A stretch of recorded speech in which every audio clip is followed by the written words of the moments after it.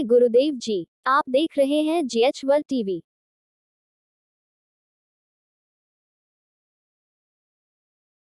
19 मई को कुरुक्षेत्र के गुरु रविदास मंदिर एवं धर्मशाला परिसर में सेवानिवृत्त IAS अधिकारी डॉक्टर राजारूप फुलिया द्वारा महापुरुषों को जाने प्रतियोगी परीक्षा का आयोजन किया गया। परीक्षा में पेहोवा की छात्रा मुस्कान ने 100 अंकों में से 94.5% अंक प्राप्त कर प्रथम स्थान हासिल किया, जबकि कैथल जिला के बदसीकरी गांव की छात्रा गुरप्रीत 86 अंक लेकर दूसरे स्थान पर रही। तीसरा स्थान कुरुक्षेत्र की दीपिका को मिला, जिसने 83 अंक प्राप्त किए। प्रथम स्थान पर आने वाली छात्रा मुस्कान को 5100 रुपये, दूसरे स्थान पर आने वाली छात्रा गुरप्रीत को 2100 रुपये और तीसरे स्थान पर आने वाली छात्रा दीपिका को 1100 रुपये नकद व शील्ड देकर सम्मानित किया गया। अगले 10 विजेताओं को 500 रुपये की पुस्तकें भेंट की गई। प्रतियोगिता परीक्षा प्रवीण बौद्ध द्वारा लिखी पुस्तक महापुरुषों को जाने के आधार पर ली गई थी। प्रतियोगिता परीक्षा के आयोजक सेवानिवृत्त IAS अधिकारी डॉक्टर राजारूप फुलिया ने बताया कि प्रतियोगिता परीक्षा का आयोजन 9वीं कक्षा से 12वीं कक्षा तक के छात्रों के ज्ञानवर्धन के लिए किया गया। प्रतियोगिता परीक्षा में 6 जिलों करनाल, कैथल, जींद, अंबाला, यमुनानगर, कुरुक्षेत्र तथा भिवानी से 300 से अधिक छात्रों ने भाग लिया। अपना हरियाणा अपना अखबार, गजब हरियाणा राष्ट्रीय समाचार पत्र gajabharyana.com वेबसाइट पर ई-पेपर जरूर पढ़ें।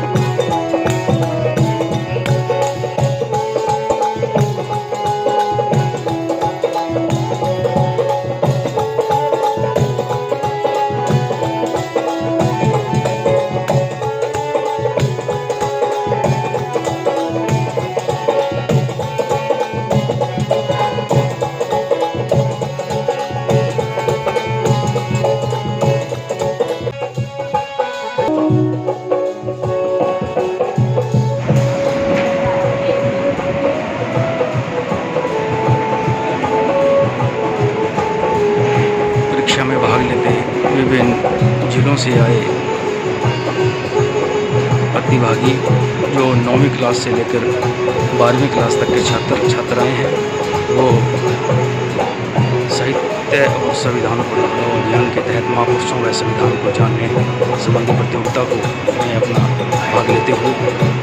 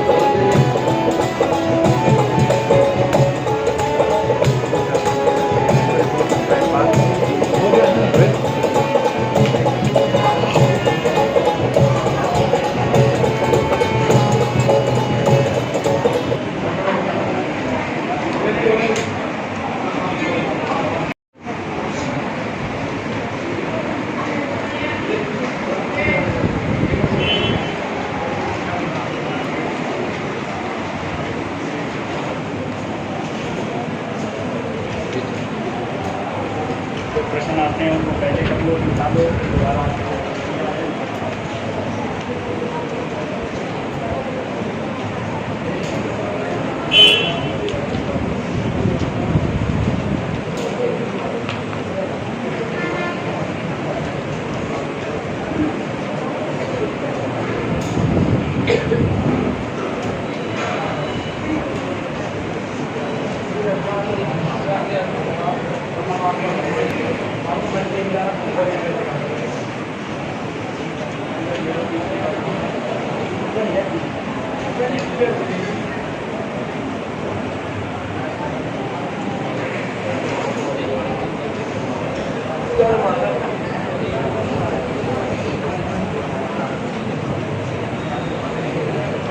नहीं बेटे।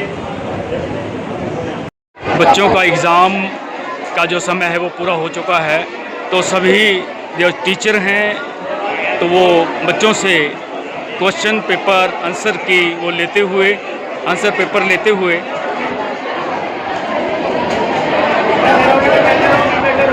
अभी लगभग 1 घंटे के बाद जो एग्ज़ाम का जो रिज़ल्ट है वो यहाँ पर बता दिया जाएगा। सभी बच्चे जो है वो फर्स्ट सेकंड थर्ड कौन रहा है कौन, वो सभी इसमें बता दिया जाएगा।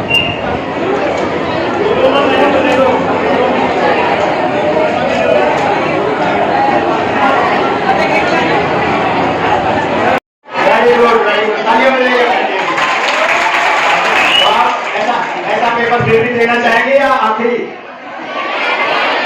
जो देना चाहेंगे दोबारा देना चाहेंगे वो भी हाथ उठाओ, दोनों हाथ अपने एक ताली हो जाओ उसके। तो अगली बार किसका पेपर देना चाहोगे? किसका पेपर देना चाहोगे अगली बार? अच्छा चलो मैं बताता हूँ आपको, ठीक है। अगली बार के लिए हमने आपके साथ महापुरुषों को जानो, 6 महापुरुष थे, आपने उनको पढ़ा, ठीक है। हम इस बात के लिए खेद है हमें कि आपको बहुत कम समय मिला, ठीक है। आपको मुश्किल से 1 या 2 हफ्ता मिला है, ज्यादा से ज्यादा किसी को 2 हफ्ता मिला होगा, और आपके स्कूल भी चल रहे थे, इसलिए आप जो है तैयारी करने में आपको पूरा समय नहीं मिला। इसलिए मैं देख रहा था आप एक दूसरे से पूछ रहे होंगे कुछ प्रश्नों के बारे में, तो कोई बात नहीं, वो हमारी गलती थी, ठीक है। अगली बार से हम आपको 1 महीने का टाइम देंगे, पूरा 1 महीने का, ठीक है। किसी से पूछेंगे नहीं अपने प्रश्न का उत्तर पूछने के लिए या कोई बात के लिए, ठीक है, मानते हो? चलो खाली हो जाओ। और अगली बार का जो पेपर मैंने आपके लिए चुना है वो है संविधान को जानो प्रतियोगिता। कैसा है?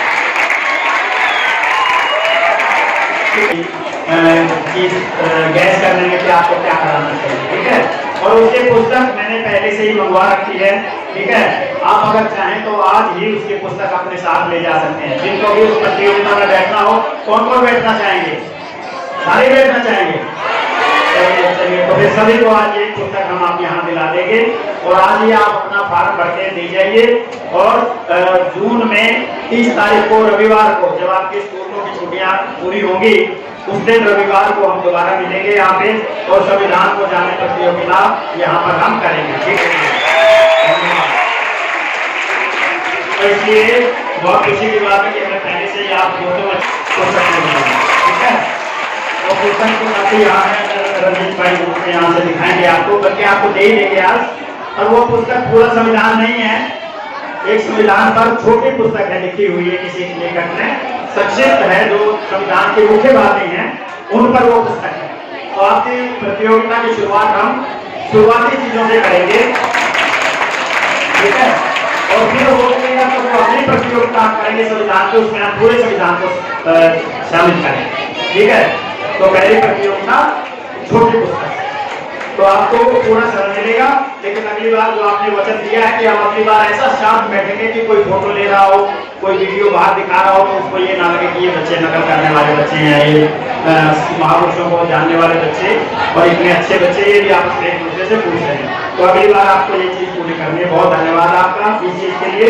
घंटे के बाद पेपर चेक होकर आ जाएंगे, आपका परिणाम यहीं पे आपको सुनाया जाएगा, और आपके पुरस्कार भी यहीं पर अभी इसी कार्यक्रम में दिए जाएंगे, ठीक है।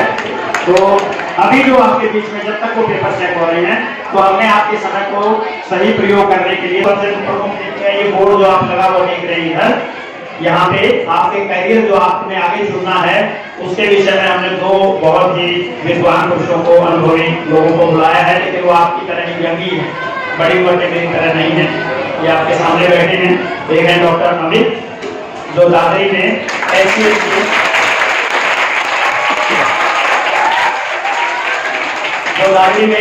की ट्रेनिंग करते हैं।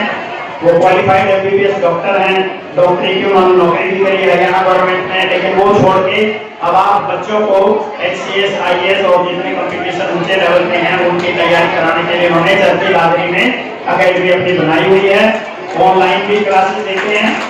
तो ये आप बच्चों को आज गाइड करेंगे और आप इनकी क्लासेस के साथ जुड़िए, इनसे कोई भी तरह का मार्गदर्शन, क्योंकि कई बच्चों के माँ बाप या बच्चे मेरे सामने आते हैं और कहते हैं सर हम IAS का, हम नीट का, हम JEE का, हम HCS का ये कोचिंग करना चाहते हैं, मार्गदर्शन चाहते हैं, तो हम क्या करें। तो आज ये महानुभाव आपको उनके विषय में संक्षिप्त में बताएंगे और इनका कॉन्टैक्ट नंबर भी अपना दे देंगे, किसी को बाद में भी जरूरत होगी तो आपके वो भाव कि आप लोग इनसे संपर्क करके मार्गदर्शन लेते रह सकते हैं, ठीक है। दूसरे हैं अनिल रंगा जी। अनिल रंगा जी जो है MBBS और JEE इंजीनियर और डॉक्टर बनाने के लिए जो इंस्टीट्यूट चलता है वो चलाते हैं, अफेयर इंस्टीट्यूट इनका नाम है और हिसार में ये इंस्टीट्यूट है और ये बॉम्बे IIT से BTech MTech किए हुए बहुत ही क्वालिफाइड इंजीनियर हैं और ये इनका जो परिणाम है वो बहुत अच्छा है, इनकी जो सफलता है वो बहुत अच्छे गिने चुने इंस्टीट्यूट में आते हैं, बहुत यंग है, लेकिन इनकी भी इच्छा ये है कि जिन बच्चों के पास साधन नहीं है, जिनको आगे रास्ता नहीं पता है, जिनके पास पैसा भी ज़्यादा ना हो, तो हम उनको भी सहयोग करेंगे कि वो बच्चे अगर इंजीनियर डॉक्टर बनना चाहते हैं तो वो बन सकें। तो है ना भैया ये गंगा जी हैं, इनके लिए ताली बजाएं। तो आज ये दोनों आपकी ओर से मेरे बुलावे पर यहाँ पर अपना सारा काम, अकेडमी का काम छोड़ करके यहाँ अपनी टीम के साथ में यहाँ पे पधारे हैं, ठीक है। इनको मैं बहुत बहुत साधुवाद कहता हूँ। कुछ बच्चों, 2-3 बच्चों से बात करना चाहता हूँ। आज जो ये प्रतियोगिता हुई है उसके बारे में मैं पूछना चाहता हूँ 1-2 मिनट के लिए। यस आप, यस क्या नाम है? शुभम। आप आगे आ रहे, माइक ले लें। अच्छा, पेपर दिया आपने? तो कितने नंबर आ सकते हैं? 70+। वेरी गुड, एक बार इनके लिए जोरदार ताली। आपको ये जो क्वेश्चन दिए गए इनको पढ़ के कुछ लगा कि भी हमें इन महापुरुषों के बारे में, महापुरुषों के बारे में नॉलेज नहीं थी, वो होने चाहिए, लगा आपको कुछ? हाँ लगा, क्योंकि जो जिनकी वजह से आज पढ़ रहे हैं उसमें भी जानेंगे तो कैसे चलेगा। बिल्कुल, जिनकी बदौलत आज हम यहाँ पर हैं उनके बारे में हमें जानना होगा। बहुत बढ़िया, थैंक यू वेरी मच। क्या नाम बेटा आपका? ज्योति। किस स्कूल से आए हैं? स्वामी दयानंद। कहाँ से? झिरबड़ी से। Very good. कौन सी क्लास में पढ़ते हैं? तो आज ये प्रतियोगिता हुई, आपको कैसा लगा? बहुत। कितने दिन से तैयारी कर रहे थे आपने? स्कूल में जाते थे, चलो मतलब आपको टाइम कम लगा। अभी सर ने कहा कि भी नेक्स्ट हमारी प्रतियोगिता 30 जून को होगी, उसके लिए आपके पास पूरा 1 महीने का समय है, ठीक है। तो आप इस प्रतियोगिता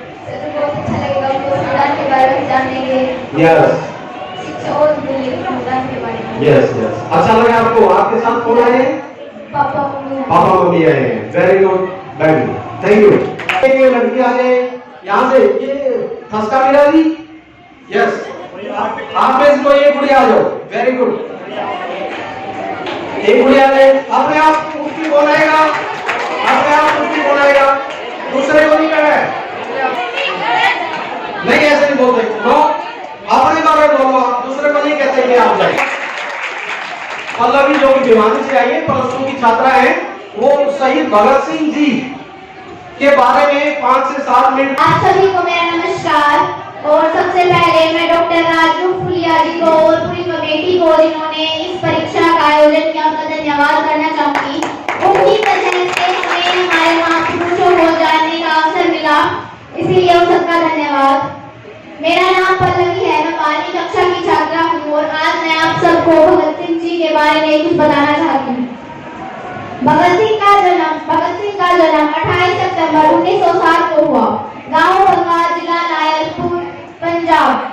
इनके पिताजी का नाम सरदार किशन सिंह था तथा माताजी का नाम विद्यावती था। इनका पूरा नाम भगत सिंह सिंधु था। जब इनका जन्म हुआ तब उनके पिता व चाचा जी की जेल से रिहाई हुई थी, जिसके लिए इनकी दादी ने इनका नाम भगत सिंह रखा था और इन्हें बहुत भाग्यशाली माना जाने लगा। वे सिख जाट परिवार से संबंध रखते थे। इन्होंने अपनी प्रारंभिक शिक्षा डीएवी हाई स्कूल से की तथा नेशनल कॉलेज ऑफ लाहौर से फैकल्टी ऑफ आर्ट्स की। उस समय भगत सिंह के चाचा अजीत व स्वान सिंह आजादी के आंदोलन में सहयोग कर रहे थे। 13 अप्रैल 1919 को जब जलियांवाला बाग हत्याकांड हुआ तब शहीद भगत सिंह जी स्कूल में विद्यार्थी थे और जब उन्हें इस बात का पता चला तो वो अपने स्कूल से 12 किलोमीटर दूर जलियांवाला बाग में पहुंचे और उस मंजर को देखकर वहां उन्होंने शपथ ली कि मैं अपनी पूरी जिंदगी अपने देश के ऊपर न्यौछावर करूंगा और उन्होंने ऐसा किया भी। मुझे उनका एक कथन याद आता है जब वो अपनी जेल में कोठरी नंबर 14 में थे और जब उन्हें पता चला कि उन्हें फांसी दी जाएगी तब उन्होंने कहा कि मैं रणधीर सिंह जी से मिलना चाहता हूँ। मेरी आखिरी इच्छा है कि मैं क्रांतिकारी रणधीर सिंह जी से मिलूं, लेकिन रणधीर सिंह ने उनसे मिलने के लिए इनकार कर दिया। और उसकी वजह क्या थी? रणधीर सिंह जी का मानना था कि भगत सिंह जी ने अपने धर्म के खिलाफ अपने बाल कटवा लिए, जो कि उनके धर्म में नहीं होता। तो इस पर भगत सिंह जी ने रणधीर सिंह जी को एक पत्र लिखा और उस पत्र में उन्होंने यह कहा कि मैं कायल हूँ अपने धर्म की नीति का, जो वो अपने देश के लिए अपना हर एक अंग कटवा सकते हैं और मैंने तो अभी तक बाल ही कटवाए हैं। उनके लिए बाल कटवाना बहुत छोटी सी बात थी, क्योंकि लोग अपनी पूरी जिंदगी अपने देश के नाम कर देते हैं। तो ये थे हमारे भगत सिंह जी। आप सभी को मेरा नमस्कार। मेरा नाम निहारिका है, मैं कक्षा 11वीं की छात्रा हूँ। आज आप सभी के सामने मैं उधम सिंह जी के बारे में कुछ बताना चाहती हूँ। उधम सिंह जी का जन्म 26 दिसंबर 1899 को गाँव सुनाम, जिला संगरूर। सिंह जी का जन्म 26 दिसंबर 1899 को गाँव सुनाम, जिला संगरूर, पंजाब में हुआ। उनके पिताजी का नाम दहल सिंह था तथा उनकी माता का नाम हरनाम कौर था तथा उनके बड़े भाई भी थे जो उनसे 5 वर्ष बड़े थे, जिनका नाम साधु सिंह था। उनकी माता की मृत्यु उनके बालपन में ही हो गई थी, जब वे केवल 5 वर्ष के थे तथा उनके पिता उधम सिंह जी माता की मृत्यु के बाद 1 साल बाद चल बसे। यह दोनों बच्चे अनाथ हो चुके थे और इनको 2 साल तक सरदार चंदन सिंह ने अपने पास आश्रय दिया, किंतु 2 साल के पश्चात उन्हें भी सरकारी कार्यवश कहीं बर्मा जाना पड़ा और इन 2 बच्चों को वह 1907 में अमृतसर के बाग में स्थित पुतलीगढ़ सेंट्रल खालसा अनाथालय में दाखिल करवा गए। अनाथालय में 6 वर्ष पश्चात उनका बड़ा भाई साधुओं के साथ चला गया और कभी वापस लौटकर नहीं आया। इन्होंने अपनी प्रारंभिक शिक्षा वैष्णव हाई स्कूल से पूरी की और इन्हें हिंदी, अंग्रेजी, उर्दू और पंजाबी भाषा का ज्ञान था तथा इनके अनाथालय के समीप फर्नीचर की दुकान क्रांतिकारियों की गतिविधि और योजनाओं का महत्वपूर्ण गोपनीय केंद्र था तथा इनकी मुलाकात वहां प्रमुख क्रांतिकारियों से हुई, जैसे भगत सिंह, राजगुरु, सुखदेव तथा 1914 में जस्टिस सिडनी रॉयल की अध्यक्षता में रॉयल एक्ट पास हुआ, जिसके अंदर किसी भी भारत को बिना सूचित करे गिरफ्तार किया जा सकता था। इसके खिलाफ कई से आंदोलन हुए और 13 अप्रैल बैसाखी के दिन 1919 को जलियांवाला बाग में विशाल जनसभा का आयोजन किया गया, जहां पर पंजाब के गवर्नर सर माइकल ओडायर के ब्रिगेडियर जनरल ई.एच. डायर को मैदान में गोलियां चलाने का आदेश दिया।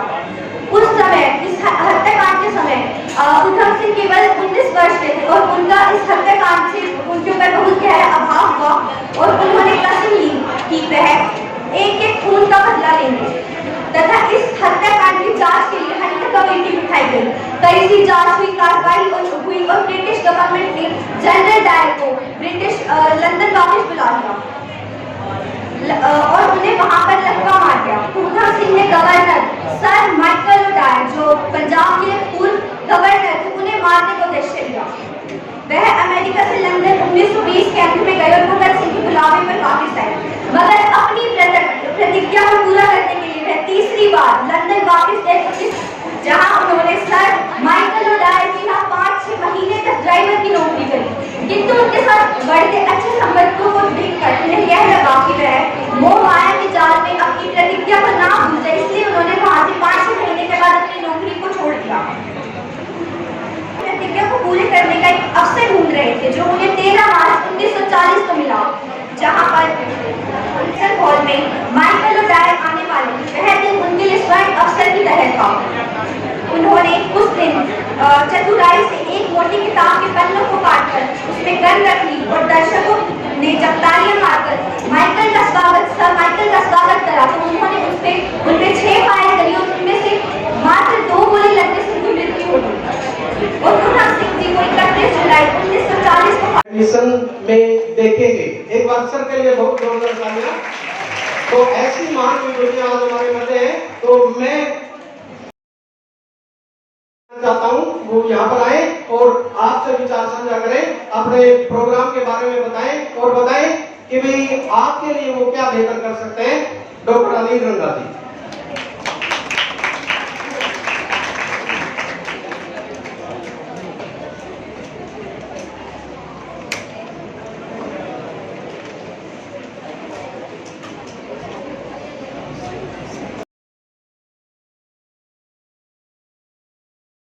हेलो,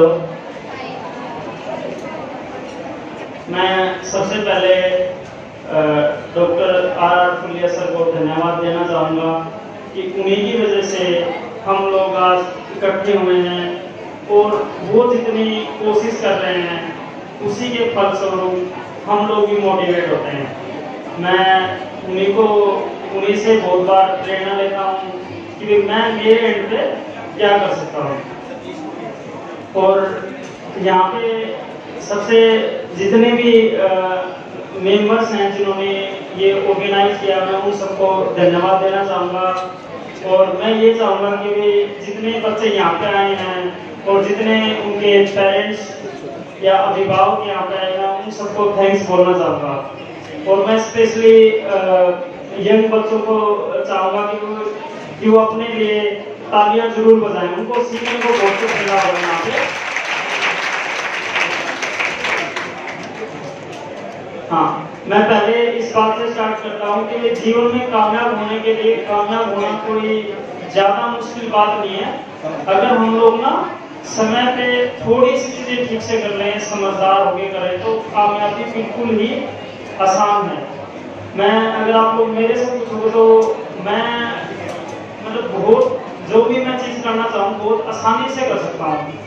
उसके पीछे का सबसे बड़ा रीजन ये है कि मुझे लगता है कि जो भी मैं चीज करना चाहूँगा मैं कर लूँगा। तो मैं ये चाहता हूँ आप लोग भी चीज़ों को थोड़ा समझें, और जैसे ही समझेंगे तो आप लोगों को लगेगा कामयाबी कोई इतनी बड़ी बात नहीं है कि जिसको हम लोग हासिल नहीं कर सकें। और सबसे पहले मैं आपको ये बताना चाहूँगा कि हमारी स्पेशली जो SC BC की जो कंडीशन थी ना आज़ादी से पहले बहुत ही बुरी थी, तो हम लोगों ने उस कंडीशन को कई गुना इम्प्रूव किया है। ये कह सकते हैं 15, 20, 30 गुना इम्प्रूव किया है। इसलिए और इसमें योगदान जाता है हमारे मम्मी डैडी का, हमारे दादाजी का, हमारे महापुरुषों का। तो आज सभी उन सबके लिए तालियां हो जाएंगे।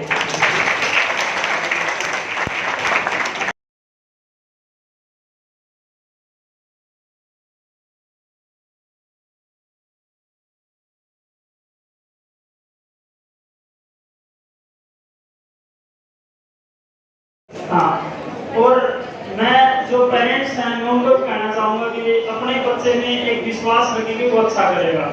मैं मेरी बात करूँ तो मेरे पिताजी ज़्यादा पढ़े लिखे नहीं थे, बट उनको ये आइडिया था कि मैं मेरे बेटे को कुछ बड़ा इंसान बनाऊंगा।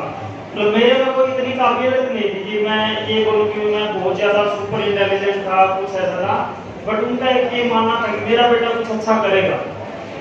और उन्हीं के कारण बल्कि मुझे थोड़ी बहुत इरिटेशन भी होती थी कि कई बार हम लोग ना भाई बात बोल रहे हैं ना, जैसे आप लोग कम उम्र में हो तो सारे बच्चे फेस करेंगे इस चीज कि अगर कोई बच्चा ठीक से पढ़ता है, कोई बाहर से आए, तो कई बार पेरेंट्स आते हैं कि भाई उसको ना जो भी बाहर से पर्सन आए उससे मिलवाने की कोशिश करते हैं। तो आप लोगों ने बहुत बार देखा होगा कि भाई आप लोगों को थोड़ा awkward फील होता है। क्यों? क्योंकि हम लोग ना, हमारी उम्र कम होती है उस टाइम, तो हम लोग ना जो कोई बड़ा पर्सन आए तो उसकी जो चीजें वो समझ नहीं सकते, वो क्या सोच रहा है, हम लोगों को awkward लगता है। बट ये आप लोगों को बाद में प्राइड फील होगा ऐसी चीजों पे। तो अगर आपके कोई बच्चे अच्छा पढ़ता है, उनके मम्मी डैडी किसी से मिलवाते हैं, तो आप लोगों को अच्छा फील करना चाहिए। ये चीज आप लोगों को जीवन में आगे लेके जाइए। हाँ, और बच्चों ना, अब मैं ये चाहूँगा कि सारे बच्चे ना अपने कैरियर को ऊपर लेके जाएं और महापुरुषों के बारे में जरूर पढ़ें। तो जो बाबा साहब हैं उन्होंने इतना कुछ लिखा हुआ है, अगर कोई उनको ठीक से पढ़ ले और उनके 1% भी फॉलो करे तो बहुत आसानी से वो फर्स्ट क्लास ऑफिसर बन जाएगा। आप समझ रहे हैं ना कि अगर हम लोग बाबा साहब को भी ठीक से पढ़ें, उनको अपने आदतों में लेके आए। और बाबा साहब ने बहुत बार बोला कि हमारा जीवन में ना एम बहुत बड़ा होना चाहिए, कि हम लोग जो भी सोचें बहुत बड़ा सोचें। उन्होंने उसके लिए आप लोगों को अगर ध्यान हो तो भी बाबा साहब ना ऐसी कम्युनिटी से बिलोंग करते थे जिसकी कंडीशन बहुत बुरी होती थी। मतलब आप समझ रहे ना, तो वो हमेशा ना, जैसे गांधी जी है, गांधी जी क्या पहनते थे, जो ये ना धोती वगैरह पहनते थे, आप लोगों ने सबने देखा ही होगा ना। और बाबा साहब लोग सीधे बहुत गरीब कम्युनिटी से, और वो पहनते थे कि एकदम, मैंने जैसे हुआ था कि बहुत ज्यादा मतलब एकदम अमीर ही खरीद सकता है। तो कई बार हम लोगों को ये लग सकता है कि बाबा साहब ये हम लोगों को ये चाह रहे हैं कि भाई आप लोग खर्चीले बनो, आप लोग ना भाई ये रहो। तो बट उनका ये था कि वो एक मैसेज देना चाहते थे समाज में कि भाई आप लोग ना ऐसा बनो, मतलब इतने स्टैंडर्ड में रहो, आप लोगों की जो भी कंडीशन हो। मतलब उनका ये कहना था कि आप उद्देश्य इतना बड़ा रखो कि उस उद्देश्य को अगर आप अचीव करोगे तो दुनिया में सारी चीजें हम लोगों को छोटी लगेंगी। तो इसलिए आप लोगों का जो एम है ना बहुत बड़ा होना चाहिए। जो आप लोग सोच रहे हो ना कि एक बार आप लोगों को लगे क्या मैं एक सही में कर पाऊंगा, तो इतना बड़ा एम रखना चाहिए। अगर हम लोग तो सही से वो करेंगे ना तो भी सारी चीजें अपनी हेल्प करती हैं। मतलब जो नेचर है या उसको अपन गॉड बोले, कुछ बोले, अगर आप लोग अच्छे से चाहोगे कोई चीज तो आप लोगों को हर जगह से हेल्प मिलेगी। बशर्ते आप लोगों को अपना फुल एफर्ट लगाना पड़ेगा। अगर हम लोग फुल एफर्ट नहीं लगाएंगे फिर अच्छा नहीं कर सकते। समझ रहे मेरी बात? हाँ, तो बाबा साहब ने एक बार उनको एक आईएएस मिले जो कि भी समाज के पहले आईएएस थे। तो उन्होंने ये बोला कि आईएएस को एडवाइस दी कि आप ना गांव में रहा करो। तो बाबा साहब से उन्होंने पूछे गांव में क्यों रहो?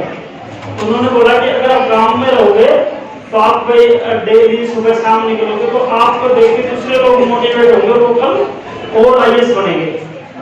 हाँ बच्चों, अब ये बातें मैंने जो बताई वो बाबा साहब के बारे में बताई, और आप लोगों को ना जरूर पढ़ना चाहिए उनको। अब अगर आप लोग उनको पढ़ लोगे ना तो आपकी कामयाबी निश्चित है। मेरे हिसाब से आप लोग ना कभी जीवन में आप लोगों को डिप्रेशन, और कभी ये भी नहीं लगेगा कि आप लोग ज्यादा मेहनत करते हो, और कभी ये भी नहीं लगेगा आप लोगों ने भी ज्यादा किया। तो आप लोगों को उनके बारे में जरूर पढ़ना चाहिए। अब बच्चों बात करते हैं कैरियर की। हाँ बच्चों, मैंने जैसा आप लोगों को बताया कि मेरे पिताजी मजदूर थे और उन्होंने मेरे को विश्वास रखा। मैंने खूब मेहनत की, जितनी मैं मेहनत कर सकता था, और वो देश के जो सबसे अच्छे कॉलेज मैंने पढ़ाई की। हाँ, और बच्चों अगर अपन कैरियर की बात करें ना तो जनरली हम लोग ना साइंस की काउंसलिंग ज्यादा करते हैं। तो अभी आप लोगों को जो हम लोग बातें बोलेंगे थोड़ा सा ऐसा लग सकता है कि भाई ये तो साइंस की साइड झुकाव है। तो ये बात सच है कि हमारा साइंस की साइड झुकाव भी है, और उसके कुछ रीजंस भी हैं कि साइंस की साइड झुकाव क्यों है, कि साइंस ज्यादा क्यों ले लीजिए, उसके पीछे के कुछ लॉजिक भी है।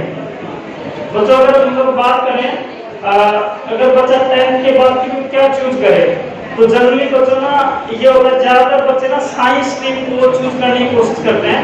तो उसमें 2 सब्जेक्ट या 3 सब्जेक्ट होते हैं जो बच्चे बायो लेते हैं। तो मेन सब्जेक्ट उनके फिजिक्स, केमिस्ट्री, बायोलॉजी। जो बच्चे मैथ लेते हैं उनके लिए फिजिक्स केमिस्ट्री मैथ होता है। और बच्चों ना इसमें ना देश के जो बायो लेते हैं उससे देश के सबसे बड़े डॉक्टर बनते हैं पूरे देश के, और जो बच्चे ना मैथ लेते हैं उससे देश के सबसे बड़े इंजीनियर बनते हैं। बट आप लोगों को साथ में एग्जाम की प्राइड होगा, जैसे जो एम्स दिल्ली है वो वर्ल्ड का ना एकदम टॉप इंस्टीट्यूट के आसपास है। सिमिलरली बच्चों जो आईआईटी है या आईआईटी बॉम्बे है या कोई भी अच्छी आईआईटी वो वर्ल्ड की एकदम जो टॉप कॉलेज है उसके आसपास है। और जो लोग मान लेते हैं आईआईटी में जाते हैं तो वो बहुत अच्छा कर सकते हैं जीवन में। इसलिए बच्चों ना जो बच्चे ना, एक बार मैं बता रहा हूँ, जो बच्चे फिजिक्स केमिस्ट्री मैथमेटिक्स लेंगे ना, जो बच्चे फिजिक्स केमिस्ट्री मैथमेटिक्स लेते हैं तो 11th-12th की जो साइंस है उसके बेसिस पे एक टेस्ट होता है, दैट इज कॉल्ड आईआईटी। आजकल उसका नाम आईआईटी जेईई और आईआईटी एडवांस है। तो उससे बच्चों जो देश के ना बड़े बड़े डॉक्टर बनते हैं। और कई बार ऐसा लग सकता है कि क्या हम लोग इंजीनियरिंग ही करेंगे, तो बच्चों इंजीनियरिंग की बहुत सारी सीट होते हैं पूरे इंडिया में, जो अच्छे इंजीनियर लगभग 1 लाख के आसपास बनते हैं। तो काफी सीट है जिसमें आप लोग आसानी से बन सकते हो। फिर बच्चों अपने पास ये जिसपे ये मैंने दिया और एक और देख लेना, जिसपे भी मैं सारी चीजें ना ये लेके आया हूँ, आप लोग इससे भी बहुत ज्यादा अच्छे से आप लोगों को जानकारी मिलेगी। फिर बच्चों ना कुछ बच्चे आर्किटेक्चर बन सकते हैं। दूसरा ले हाँ, आर्किटेक्चर क्या होता है, जैसे बिल्डिंग हम लोगों ने बनाई हुई ना, जो उसका डिजाइन करता है इसको आर्किटेक्चर। फिर बच्चों हम लोग डिफेंस में जा सकते हैं, एनडीए नेशनल डिफेंस एकेडमी। तो बच्चों नेशनल डिफेंस एकेडमी से देश के सबसे बड़े जो डिफेंस के पर्सन होते हैं ना, तो देश के कर्नल बनते हैं, जनरल बनते हैं, वो लोग बनते हैं। उसके बाद बच्चों ना हम लोग ना मर्चेंट नेवी में जा सकते हैं। और इसमें ना छोटी छोटी बहुत सी चीजें दे रखी है, जैसे BSc computer science, merchant navy, forensic science, pharmacy, astronomy, research, educational and training, commercial pilot, BSc pharmacy, nutrition, psychology, environmental science में सारी चीजें हम लोग कर सकते हैं। फिर बच्चों अगर बात करें हम लोग ना मेडिकल की, तो मेडिकल में बच्चों जो मेन टेस्ट होगा नीट में बच्चों जो 11th-12th की साइंस है उसमें फिजिक्स केमिस्ट्री और बायोलॉजी के आधार पे टेस्ट होता है। जैसे अब की बार बच्चों 22-28 लाख बच्चों ने पेपर दिया हो, और जो बच्चों एमबीबीएस की सीट होती है 1,10,000 के आसपास, और गवर्नमेंट सीट होती है 60,000 के आसपास। और बच्चों जो एमबीबीएस होते हैं इनका सबसे बड़ा कोर्स होता है जो नीट के बेसिस पर करते हैं, वो है एमबीबीएस। कौन सा बच्चों? एमबीबीएस। और एमबीबीएस बच्चों ना मतलब काफी अच्छा कोर्स है। जो बच्चे एमबीबीएस करते हैं उनका कैरियर बहुत ही अच्छा होता है, वो फर्स्ट क्लास तो है ही, साथ में जनरली बहुत से एमबीबीएस गवर्नमेंट जॉब भी नहीं करते हैं। जैसे सर है ना अमित सर ने एमबीबीएस की है, बहुत अच्छे कॉलेज से, और इन्होंने गवर्नमेंट जॉब भी की नहीं इन्होंने। क्यों? क्योंकि इनको लग रहा है कि ये वैसे बहुत अच्छा कर लेंगे, इतना कॉन्फिडेंस जनरली हम लोगों में होता है, वो कितना होगा तो बहुत ही ज्यादा कैपेबल है। फिर बच्चों ना बीएमएस हम लोग कर सकते हैं, और बीएससी वेटरनरी में क्या वेटरनरी सर्जन बन सकते हैं, ये भी काफी अच्छा कोर्स है। ये कौन बच्चे कर सकते हैं? जो नीट का एग्जाम देते हैं। फिर बच्चों बहुत अच्छा कोर्स होता है बीएससी नर्सिंग। बीएससी नर्सिंग कौन कर सकते हैं? ज्यादातर तो लड़कियों की सीट होती है, और एमबीबीएस के बाद में जो नर्सिंग ऑफिसर होते हैं वो बीएससी नर्सिंग के थ्रू बनते हैं। ये काफी अच्छा कोर्स होता है। जैसे पिछले साल हमारे 3 लड़कियों का सिलेक्शन पीजीआई चंडीगढ़ में हुआ था, तो वहाँ पे बच्चों ने पूरे साल की 500 फीस है, बच्चों की पूरे साल की सिर्फ 500 फीस है। उनकी पहले दिन से गवर्नमेंट जॉब है, और वो 100% ना पीजीआई चंडीगढ़ में एडजस्ट हो जाएंगे। अगर वो विदेश में जाते हैं बच्चों तो उनको 10 लाख पर मंथ का एवरेज पैकेज मिल जाता है। आप समझ रहे हो कितना अच्छा कोर्स है। फिर बच्चों ना बीडीएस के लोग बन सकते हैं। फिर बच्चों ना भाई आयुर्वेद है ना, बीएमएस एक अच्छा कोर्स है। होम्योपैथी में भी हम लोग कर सकते हैं। इसके बाद ना बच्चों पैरामेडिकल के कोर्सेज होते हैं।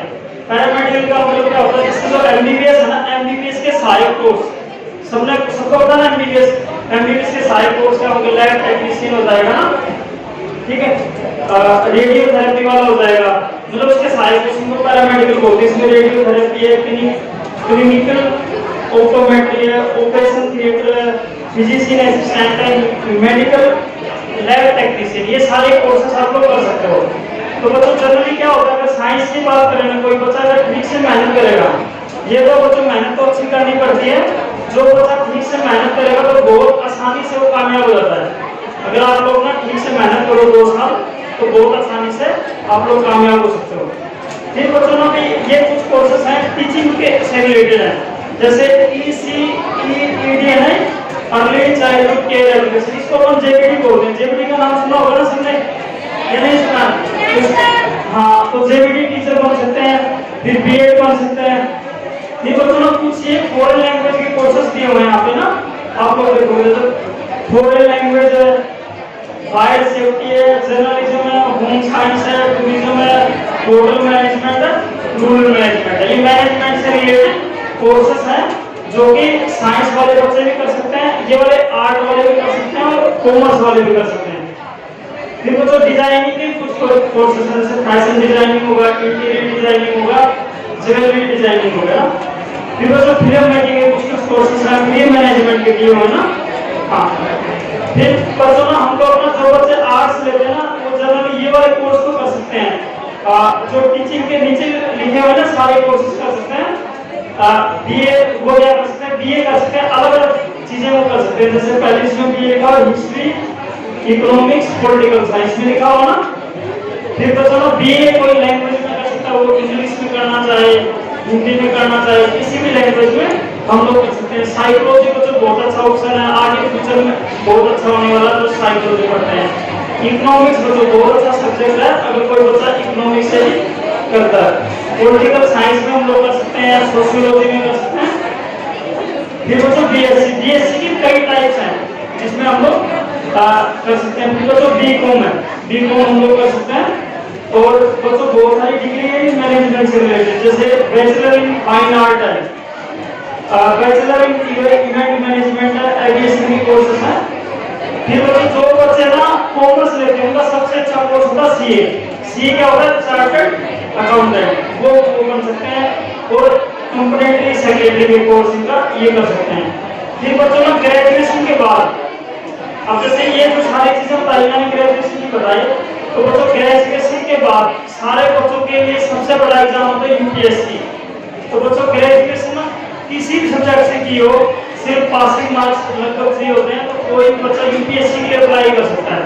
उसके बच्चों जो मतलब एक तो परी टेस्ट होता है उसको C-SET बोलते हैं, उसमें बच्चों मैथ और एप्टीट्यूड टाइप आता है। और जो साइंस के बच्चे होते हैं वो काफी क्लियर करते हैं। आर्ट वाले बच्चों को थोड़ी ज्यादा मेहनत लगती है, चाहे कोई बच्चा आर्ट का अगर मेहनत करेगा तो बहुत से बच्चे निकालते भी हैं।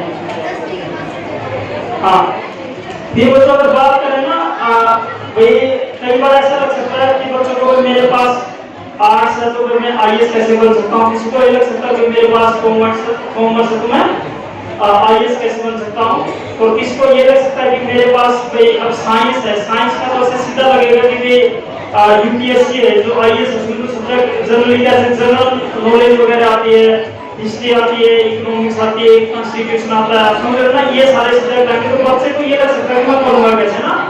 हाँ, तो बच्चों आप लोगों को जान के आश्चर्य होगा कि अभी मेरी IAS से बात हो रही थी, पुलिस सर ने बताया था, उनका नाम देवाशीष है, वो हिसार से हैं, अपनी बार उनका UPSC क्लियर हुआ है तो भी वो IAS बनेंगे। तो बच्चों को बता रहे थे कि सिर्फ ना IITian 60% जो IAS क्वालिफाई हो रहे हैं तो सिर्फ IITian है, समझ रहे हो ना। फिर कुछ बच्चे डॉक्टर भी होंगे, कुछ इंजीनियर भी होंगे, तो बहुत से बच्चे साइंस वाले जा रहे हैं। तो जो बच्चे साइंस लेते हैं वो IAS में जा सकते हैं आसानी से, समझ रहे ना आपको। हाँ, फिर अगर आगे बात करें हम लोग ना भाई, अब मैंने ये लगभग सारी जानकारी दे दी है, फिर बात करते हैं कि वो कामयाब होंगे कैसे। बच्चों ना हम लोग कोई भी चीज चूज करें ना, हम लोग आर्ट चूज करें, कॉमर्स चूज करें, साइंस चूज करें, तो अपने को ये फेल होना चाहिए कि मैं मेहनत तो करूंगा। तो बच्चों जो भी अच्छी मेहनत करेगा किसी भी साइंस में, आर्ट में, कॉमर्स में कामयाब जरूर होगा। आप लोगों को बच्चों ना जनरली भाई हम लोगों की पारिवारिक कंडीशन इतनी अच्छी नहीं होती है, तो हम लोगों को ये लगता है कि मैं ज्यादा ना पढ़ूं, मैं मतलब क्या करना स्टार्ट कर दूं, ज्यादा ना पढ़ के क्या स्टार्ट करते हुए अपना कोई जॉब, छोटी मोटी जॉब देख लें, कुछ करना स्टार्ट करते पढ़ाई छोड़ देंगे, बट बच्चों पढ़ाई छोड़नी नहीं है। वो बाबा साहब ने कहा है कि भी शिक्षा वो शेरनी का दूध है, जो पिएगा वो दहाड़ेगा। तो ये बच्चों ना बात काफी फैक्ट है। अगर मैं मेरा कॉन्फिडेंस देखूँ ना, जो मेरे क्लास में वे जो पहलवानी करते थे, जो बच्चे भाई ज्यादा जिनका कॉन्फिडेंस ज्यादा था, उनका मेरे सामने कोई भी कॉन्फिडेंस नहीं है। और मैं मतलब फिजिकली इतना स्ट्रॉन्ग नहीं था। आप समझ लो, पढ़ाई के कारण जो कॉन्फिडेंस आता है वो अलग लेवल का होता है। तो इसलिए हम लोगों को कोई भी परिस्थिति हो तो ज्यादा परिस्थिति के बारे में न सोच के हम लोगों को ये देखना कि मैं मेरा बेस्ट करूंगा, और फैमिली को की कंडीशन को ध्यान रखते हुए हम लोगों को करना क्या है भाई, पढ़ाई को कंटिन्यू रखना हमेशा, कितनी भी परिस्थितियां आई। और बच्चों ना ये ध्यान रखना, कोई भी सब्जेक्ट ले लो, अभी थोड़ा सा जो आप लोगों को भाई ज्यादा कैरियर वाइज हो वो लो, बाकी किसी कोई भी सब्जेक्ट हो उसमें बेस्ट मेहनत करो। और ये विश्वास, ये थोड़ा सा गाइडेंस भी लेते रहो, आपसे बड़े हैं, अच्छी मेहनत करो। कामयाबी को तो बहुत है, मतलब भाई पूरी दुनिया अपने लिए खुली है। जो भी बच्चा अच्छी मेहनत करेगा उसके लिए पूरी दुनिया के दरवाजे खुले, वो कर सकता है। हाँ बच्चों, मैं यहाँ से स्टेज से एक और अनाउंसमेंट करना चाहता हूँ कि फुलिया सर से इंस्पायर होकर मैंने जो ऑनलाइन पूरा सेटअप किया हुआ है, मैं बच्चों जो कोचिंग देता हूँ IIT और नीट की देता हूँ। जो बच्चे IIT और नीट करना चाहते हैं, तो बच्चों में जो बच्चे इंटेलिजेंट होंगे उनका टेस्ट लूंगा, उनको ना बच्चों पूरे 2 साल में फ्री में ऑनलाइन कोचिंग दूंगा, और जो उसकी टेस्ट है वो सारी चीजें प्रोवाइड करूंगा। हाँ बच्चों, मैं इसमें भी अवेयर भी करना चाहूंगा बच्चों को कि बच्चों जो कम उम्र में ना बच्चों में इतनी मैच्योरिटी नहीं होती है, तो अभी आप लोगों की जो मैच्योरिटी वो कम है। अभी जैसे मैं इतनी अच्छी बातें बता रहा हूँ कि आप लोगों का कैरियर बन सकता है, बट कुछ बच्चों को मतलब ये बात ना मतलब ऐसा लग रही है कि भाग जाऊँ यहाँ से, क्योंकि कम उम्र में ना ऐसा ही होता है, हम लोगों ना सही चीज कर पाना अपने लिए मुश्किल होती है। तो इसलिए मैं कहना चाहूँगा, जो बच्चे ऑनलाइन कभी प्रिपेयर करें तो उसमें डेडिकेशन की काफी जरूरत होती है। और मैंने ये देखा लगभग मतलब 5-10% बच्चे डेडिकेटेड होते हैं। मैं आप लोगों को ये नहीं कह रहा कि आप लोग डेडिकेटेड नहीं, बट नेचर पहले ही इतना करती है। तो जो बच्चे जिनको लग रहा है कि डेडिकेटेड हैं और वे MBBS या IIT में जाना चाहते हैं, तो उनके दरवाजे खुले हैं। कोई भी उनकी कंडीशन हो, पारिवारिक कंडीशन हो, तो मैं उनकी हेल्प के लिए हमेशा तैयार रहूँगा। इसी के साथ मैं फुलिया सर को धन्यवाद देना चाहूँगा और अपने लेक्चर को विराम देना चाहूँगा। थैंक यू बच्चों।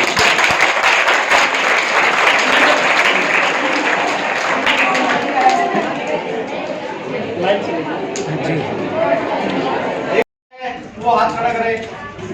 8 बच्चे ज्यादा है, वेरी गुड। और जिन बच्चों के पास कॉमर्स है, कई वहां से तो ऐसी कुड़ी है जो तीनों में हाथ खड़े किए, ऐसे कैसे?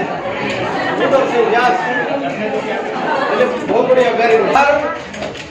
चक्की दादरी से आए हैं, अनिल जी अभी बोल रहे हैं वो हिसार से आए हैं। और वो केवल आप बच्चों को मोटिवेट करने के लिए, आपको ये बताने के लिए कि +2 के बाद आप क्या कर सकते हैं, आपके लिए बेहतर ऑप्शन क्या हो सकता है, वो स्पेशली आपके लिए आए। तो आपको उनकी बातों को ध्यान से सुनना चाहिए और अपने अंदर ये भावना जागृत करें, अपने अंदर ये विश्वास लेके आए कि मेरे को क्या करना है, मैं कैसे कामयाब हो सकता हूँ। तो एक बार अनिल जी के लिए जोरदार ताली।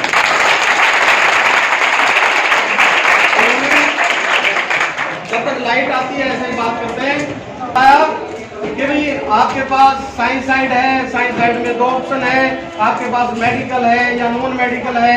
मेडिकल है तो आप डॉक्टर बन सकते हैं, नॉन मेडिकल है तो आप इंजीनियर बन सकते हैं। तो इस प्रकार अगर आपके पास कॉमर्स है तो आप CA बन सकते हैं, चार्टर्ड अकाउंट बन सकते हैं। अगर आपके पास आर्ट्स है तो आपके पास बहुत ज्यादा ऑप्शन है। और +2 के बाद जैसे जैसे आप BA की तरफ बढ़ते हैं, और अनिल जी ने बताया जब BA कंप्लीट कर लेते हैं, BSc कंप्लीट कर लेते हैं, BCom कंप्लीट कर लेते हैं, तो आपके लिए एक बहुत बड़ा ऑप्शन आ जाता है जिसका IAS का, जिसका IAS।